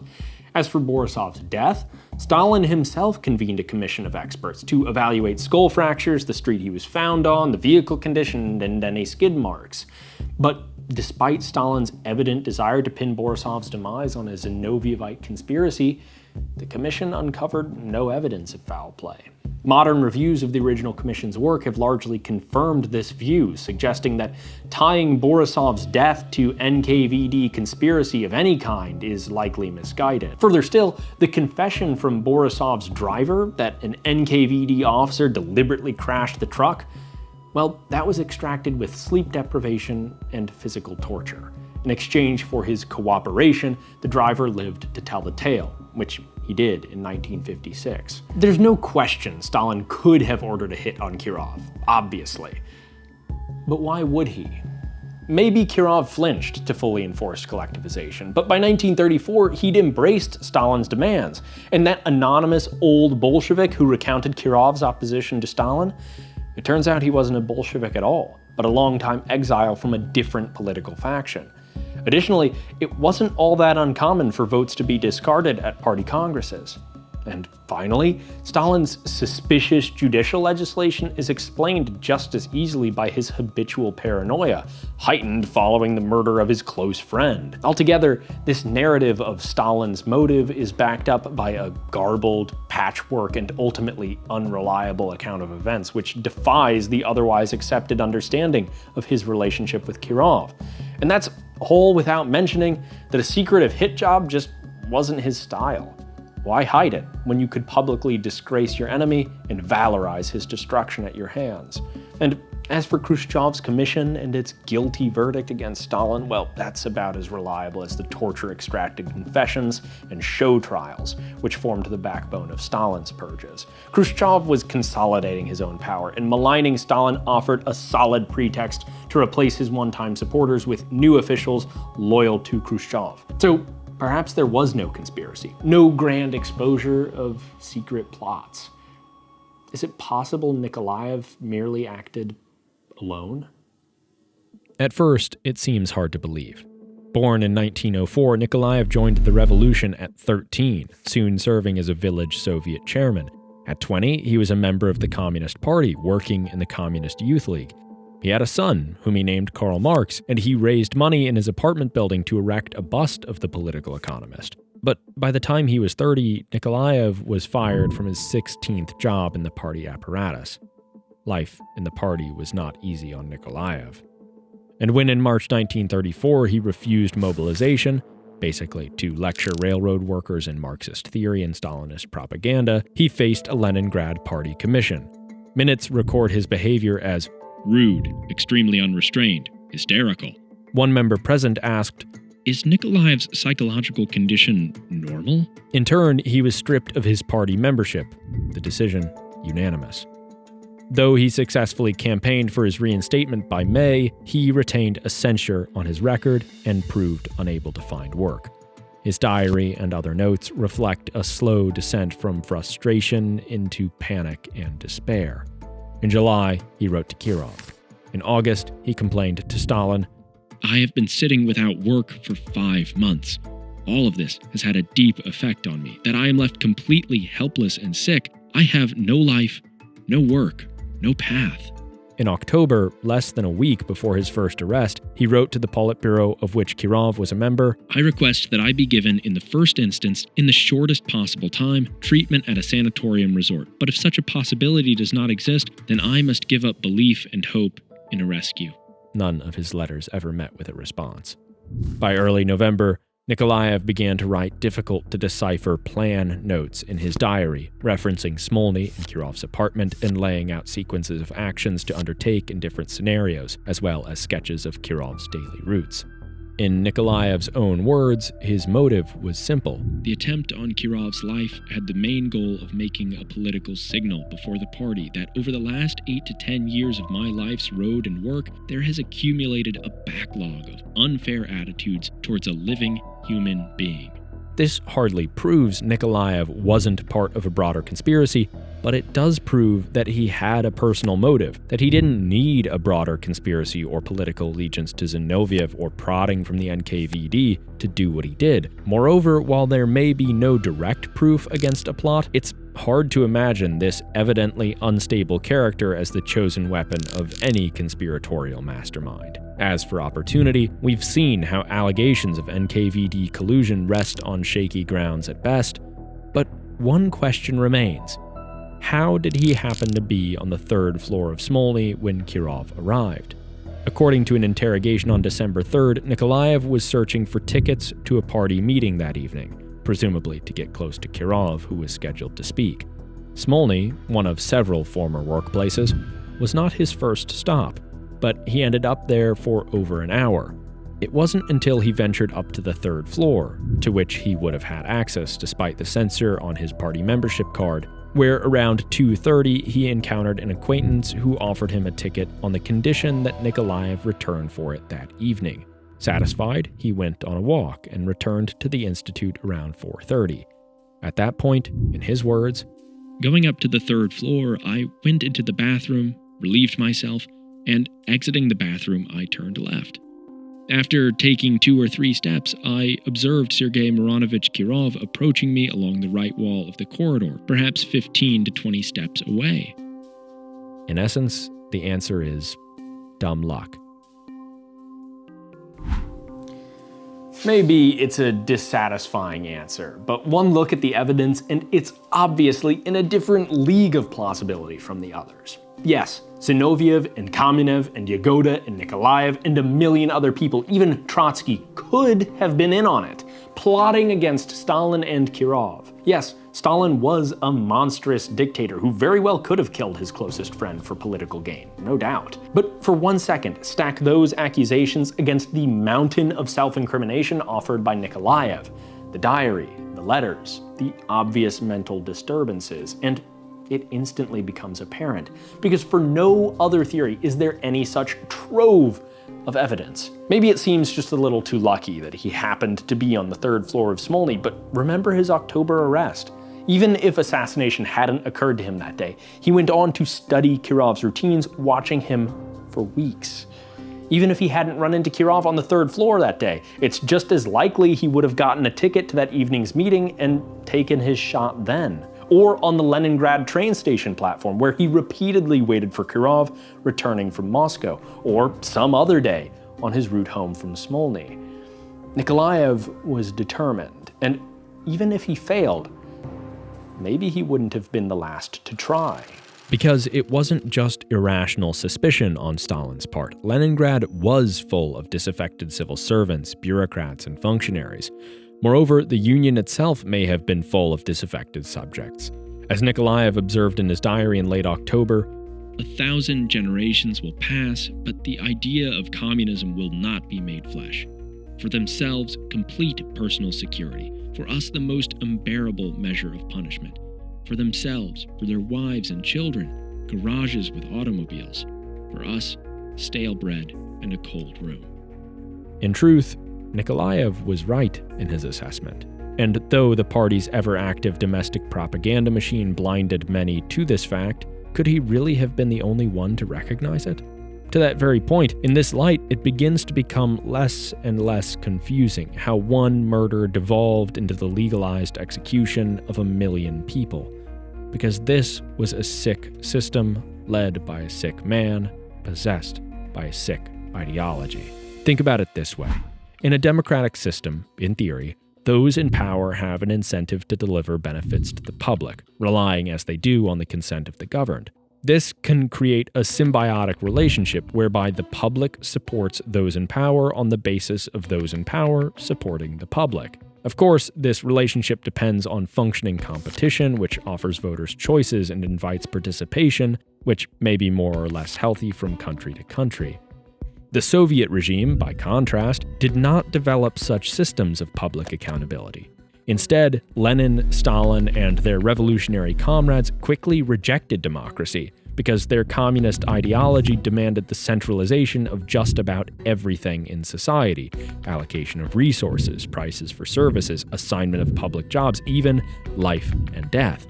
In turn, they created a massive totalitarian state to see the revolution through, in essence because the workers' revolution was too important to be entrusted to, well, the workers. This centralization and lack of accountability, however, did not create an efficient revolutionary machine. In the end, its results were simply disastrous. First, it eroded the incentives for competence in favor of loyalty. Government officials weren't accountable to the public, but to superiors. Execution of demands and the meeting of centrally determined quotas trumped public welfare. Stalin's collectivization, which Kirov dutifully carried out alongside thousands of others and which killed 10 million innocents, is a prime example. Second, it incentivized secrecy, propagandization, and violent repression, since public knowledge of widespread incompetence and/or abuse might lead the public to resort to its only recourse against those in power: revolution.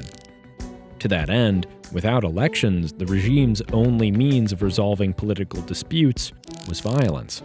Now introduced to this unwieldy, violent mess of a political order, one Joseph Stalin. In the words of scholar Matthew Leno, whose research constitutes a backbone of this video, Stalin was a vengeful and power-hungry man, and possibly a sadist in the clinical sense. But he was also a true believer in the revolutionary ideology he espoused. His massive death tolls were not accidents, but products of a complete disregard for human life in comparison to the imagined utopia to be achieved for the sake of the collective. Not that such a thing is possible anyway. It was this set of conditions, of widespread poverty, of a security apparatus capable of repression but not of maintaining actual security, of a megalomaniacal ideologue and the dysfunctional political system he fathered, that made it possible for the unstable and unhappy Nikolaev to walk into the Smolny Institute and kill Sergei Kirov, and then for Stalin to unleash a reign of terror. The reality of the crime may be less exciting than the lurid, vast, and shadowy conspiracy theories, but it is, in its own way, far more revealing than all of them. March 12, 2003, about 9 a.m. Serbian Prime Minister Zoran Djindjic is on the phone with a close advisor and confidant Zoran Janjušević. Janjušević, it's me. Good morning, sir. The same to you. How are things moving along with these gangs? We're making quite good progress, actually. Good. I worry maybe I didn't make the right call firing Savic and Barcanovic last month. No, it was the right move. No more leaks as far as we can tell. Spasojevic and the Zemun gang won't know what hit them. Well, good. That's good. Thank you. Anyways, I'll be in this afternoon after some meetings. We'll talk more then. Later that day, around 12:35 p.m., Djindjic's motorcade turns into the parking lot at Nemanja 11.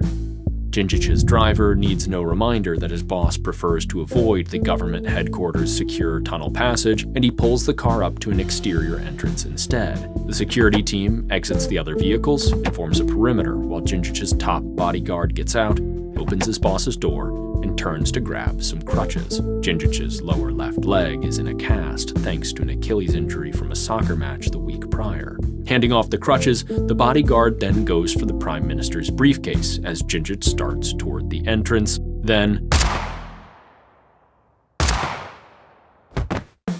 Zoran Djindjic is shot.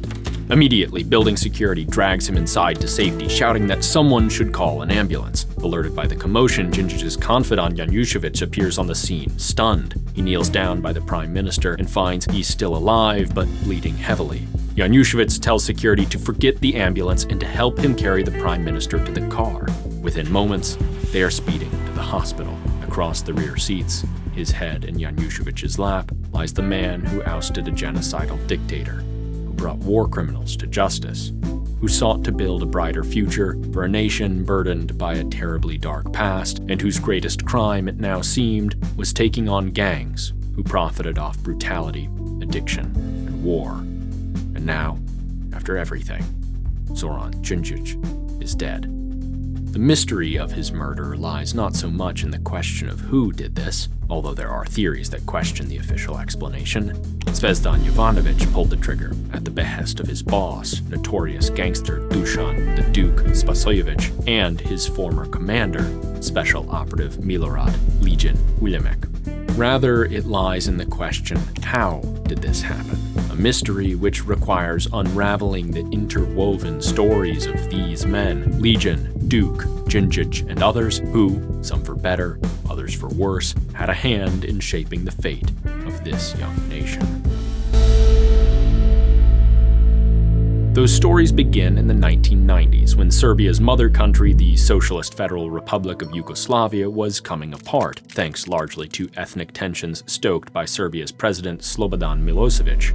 The wars of disintegration that followed saw brutality on all sides, but are widely remembered for Serbian attempts at genocide and ethnic cleansing of Croats, Bosnians, and others. Although Serbia's government remained officially aloof from the conflicts, Milosevic's state security services funded, trained, and encouraged the formation of Serbian militias. Among them, the notorious Red Berets, who perpetrated such atrocities as the ethnic cleansing of Dobosh in Bosnia, resulting in over 300 civilian deaths and thousands displaced. And wherever they went, after the killing came the looting. According to later testimony of one Serbian state security official, the Red Berets introduced a reign of terror. They started carrying away property and prevented people from taking anything with them if they wanted to leave. In turn, they built strong relations with and fueled the rise of powerful gangs trafficking in stolen wartime plunder, including people. For their brutality and avarice, Milosevic rewarded the Red Berets, incorporating them as the Special Operations Unit, or JSO, within the Ministry of State Security in 1996 after the wars drew to a close. With official status came a particularly important new recruit, Milorad Uljamek, also known as Legion. Almost immediately, Legion started climbing the ranks of the unit and transformed it into one of Milosevic's chief instruments of repression, carrying out the disappearance and assassination of political opponents. By 1999, he was the Red Berets' leader. But as Legion and his unit were growing in power, Serbia was struggling. Internationally isolated by sanctions imposed in response to the violence, Serbia's official economy began to sink. In its place rose the shadow economy, born from the trade of wartime plunder. Emblematic of this trend was the Zemun clan, a mafia group led by Dusan Spasojevic, known as the Duke. He'd started out dealing in stolen cars, but quickly graduated to heroin trafficking and kidnappings for ransom. In each other, Duke and Legion each found a perfect ally. Uljamek helped plan the abductions and reinvested part of his own cut from the ransoms into the Red Berets. Even in peace, the symbiosis between paramilitary and organized crime had only deepened. But peace was not to last. By 1999, in Kosovo, an autonomous province within Serbia, long simmering ethnic tensions between the Serbs and majority Albanians exploded into open conflict. All over Kosovo, small units of the KLA are establishing their presence. Milosevic responded by deploying troops, including the Red Berets, to the region, sparking international fears of a repeat of the atrocities of the early 90s. When those fears were confirmed and reports of ethnic cleansing began to leak out of Kosovo, Europe and the United States, under the banner of NATO, intervened with a massive air campaign against Serbia. This is the heaviest fighting yet on this border. For 78 days in early 1999, bombs fell across the country until, threatened by a land invasion, Milosevic agreed to withdraw. Serbia's infrastructure had been wrecked, along with Milosevic's prestige, and he was now the subject of an indictment by the International Criminal Tribunal for the former Yugoslavia. An international fugitive, the authoritarian ruler's power was now threatened. But domestically, he was still entrenched. It would take a massive push to overthrow him. The man who would ultimately contribute, gain, and then tragically lose the most from that massive push was Zoran Djindjic, a man whose hair didn't quite look like this, but I tried. A former philosophy professor, Djindjic had spent the 1980s criticizing Yugoslavia's bubbling nationalism. In 1989, he and a group of intellectuals established one of the first major opposition parties in the country, the Democratic Party. Though a strident liberal ideologue, Djindjic was not an idealist. Summarizing his pragmatism, he reportedly remarked to a disgruntled ally, "If you want honesty, go to church." Over the course of the 90s, Djindjic employed his political acumen to call tens, sometimes even hundreds of thousands of Serbians out onto the streets almost at a moment's notice, protesting to demand an end to authoritarian rule. And when Milosevic found himself on the wrong side of NATO bombers in 1999, Djindjic and his allies saw an opening. With training and funding from Western pro-democracy organizations, Djindjic and other opposition leaders began discussing the formation of a broad popular front against the current government. By the end of the year, it was official. 18 political parties combined to form the Democratic Opposition of Serbia and rallied against Milosevic. The last obstacle is Mr. Milosevic and his ambition to stay in power. And the time was ripe. Years of international sanctions and months of bombing had destroyed the Serbian economy. Milosevic's support for the wars of the past decade had become incredibly low, and even his precious Red Berets weren't able to disappear and murder enough of his enemies to save him now. There were just too many. Yet perhaps not comprehending just how dire his situation was, in July of 2000, Milosevic decided to call early elections for the presidency of Yugoslavia, which by now was limited to Serbia and neighboring Montenegro, reduced by the losses of Croatia, Bosnia-Herzegovina, Macedonia, and Slovenia. Djindjic faced a difficult choice.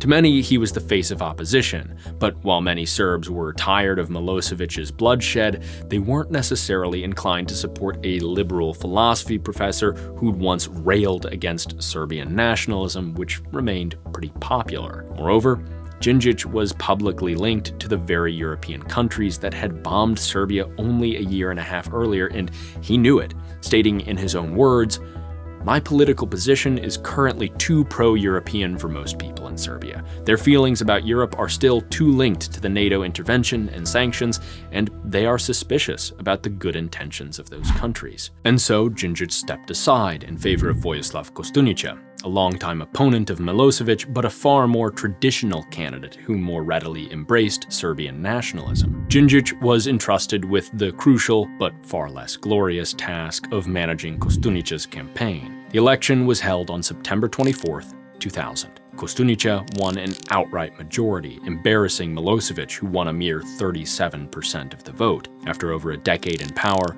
Slobodan Milosevic had been rejected by his own people. Claiming that Koštunica hadn't actually won a majority, Milosevic demanded a second round of voting. In response to this obvious power grab, protests erupted across the country and crowds descended on Belgrade. Except Milosevic and his lackeys still had the guns. While the opposition movement planned a massive protest for October 5th, Djindjic and the other leaders were concerned that the police, and Legion's notoriously brutal Red Berets in particular, would unleash deadly force against the demonstrators.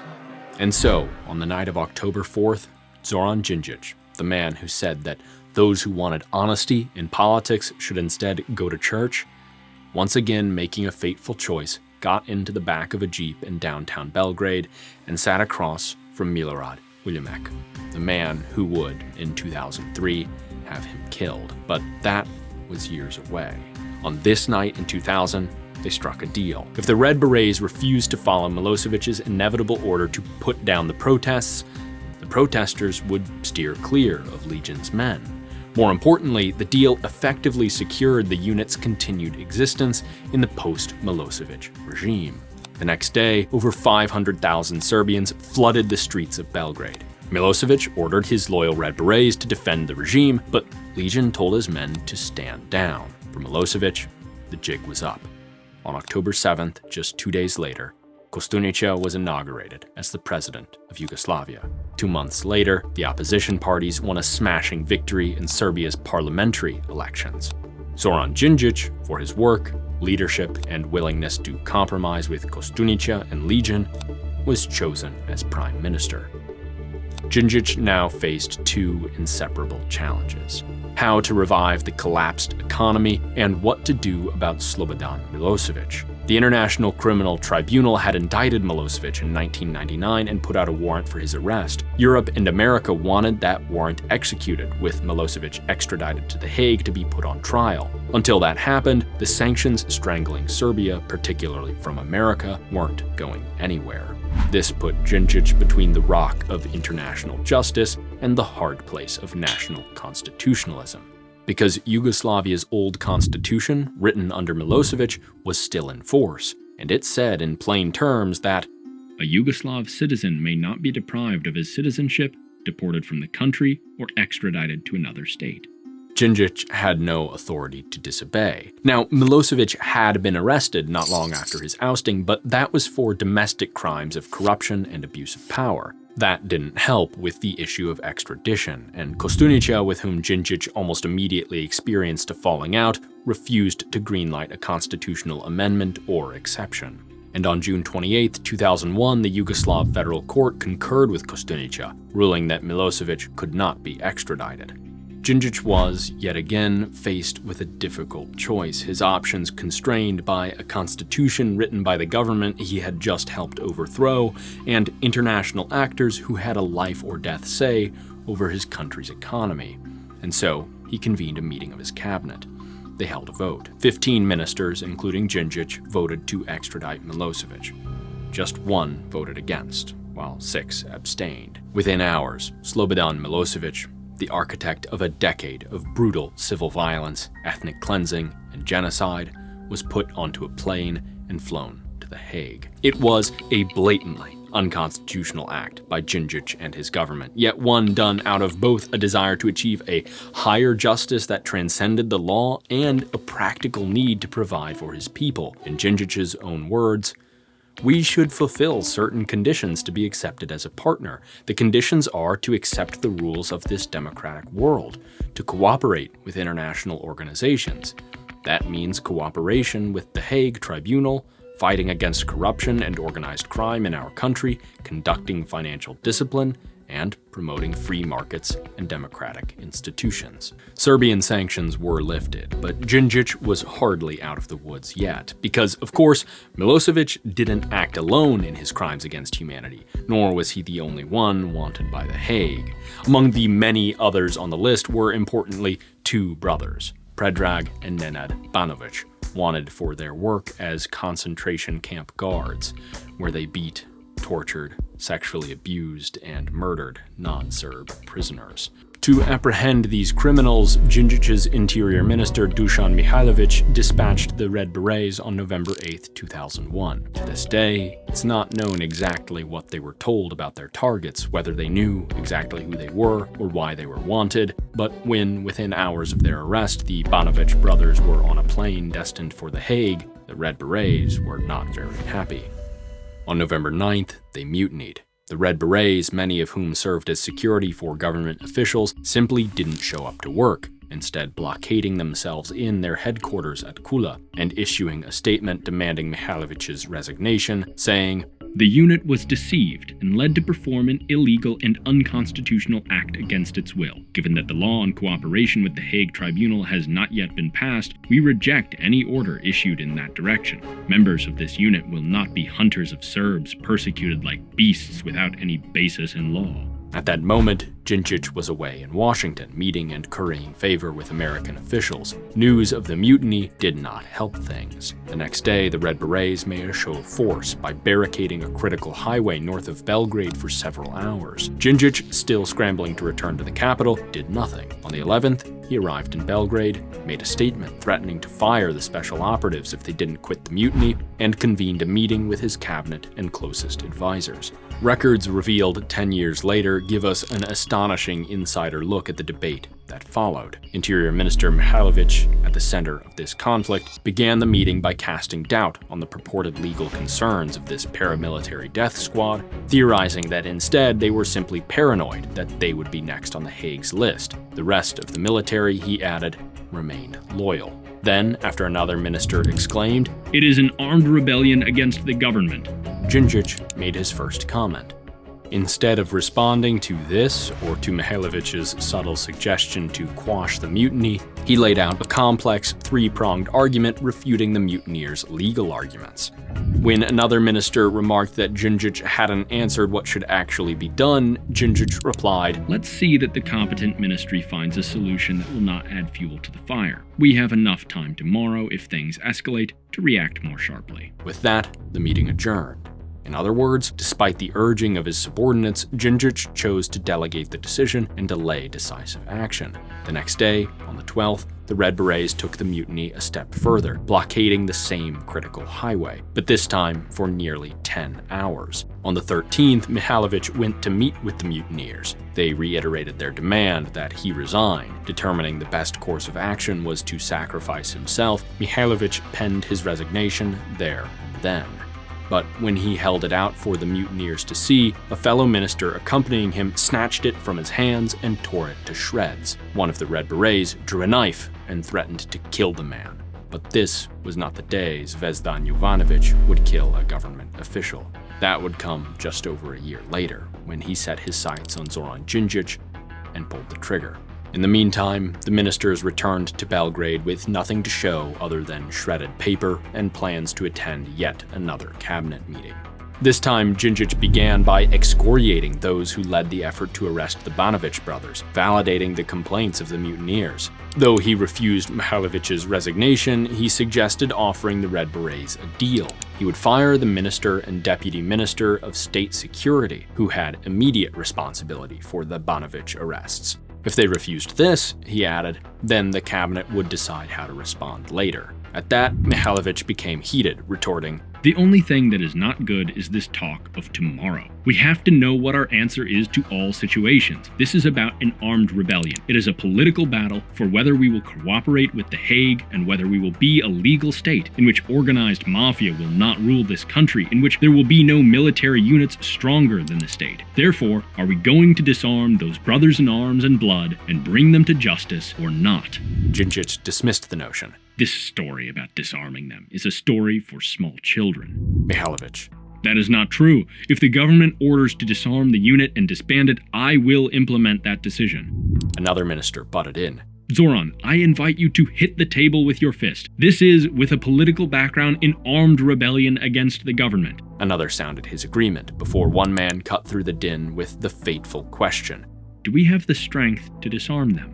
The room went quiet. Đinđić responded gravely, "Don't ask for an honest answer."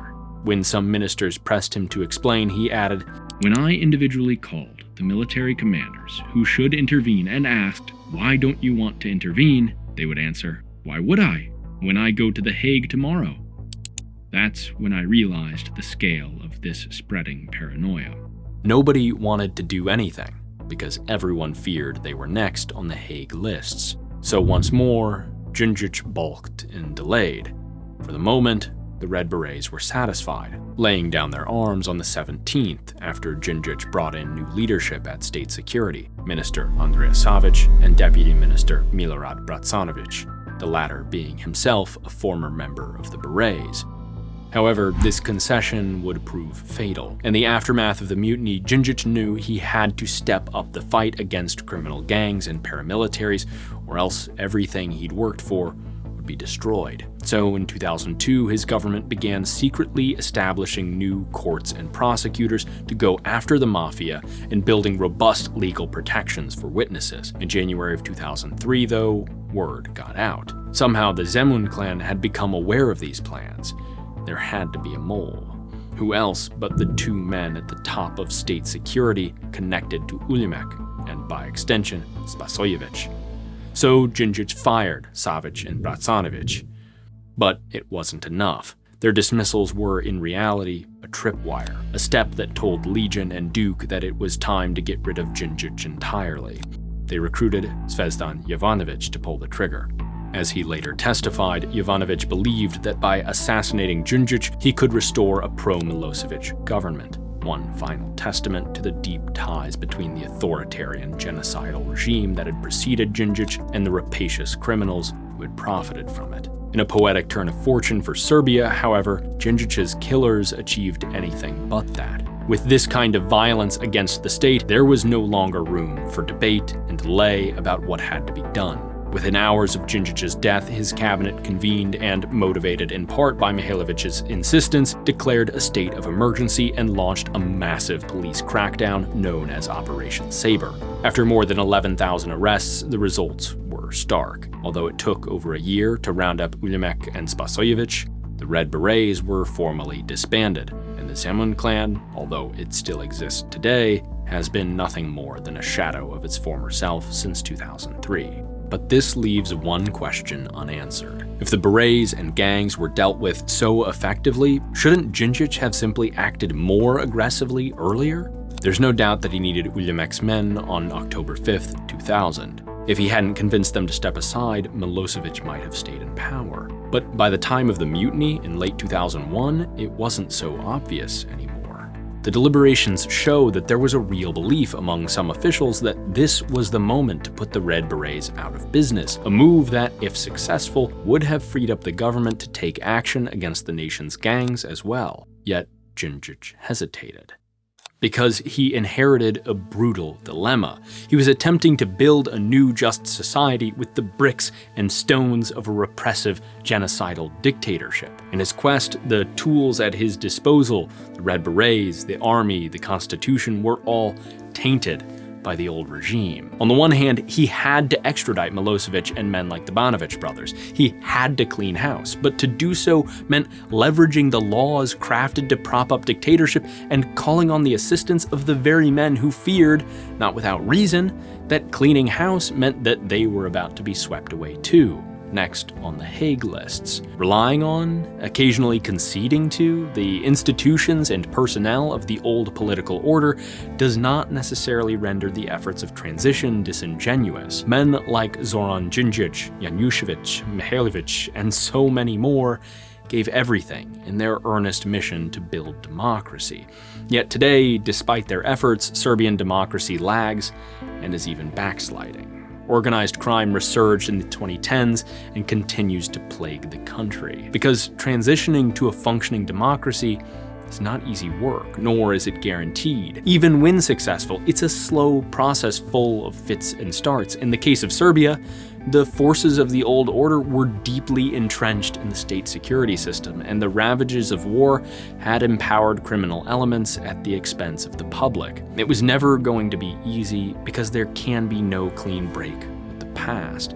We play with the hand we're dealt, and yet there are better and worse ways to play that hand in the transition from authoritarianism to democracy. Choices and leadership matter at critical moments, even when the shadow of the past looms large over the options available to decision makers. Zoran Djindjic made choices at crucial junctures, choices that led successfully to the ousting of a brutal regime and the establishment of a young democracy, but also unsuccessfully to the sustained influence of that regime's fragments over the new order. There's no program here, no set of steps every leader can take. There is only good judgment and a willingness to take risks. Sometimes it works, sometimes not. Maybe he could have broken with the past, at least more cleanly, at the moment of the mutiny. Or maybe he did everything right, and Serbia's history was just too dark, too recent. We can't know for sure, but we do know that he tried, and that in killing him, his assassins only empowered the allies of Serbian democracy and enshrined his memory as a man who sought, amidst the pain and tragedy, a glimmer of hope. If you made it this far, well, thank you. If you enjoy videos like these, consider supporting our efforts to tell stories that matter to democracy by patronizing our sponsor, AnyDesk, grabbing some merch like this t-shirt or posters like these, or joining our Patreon. And as always, thanks for watching.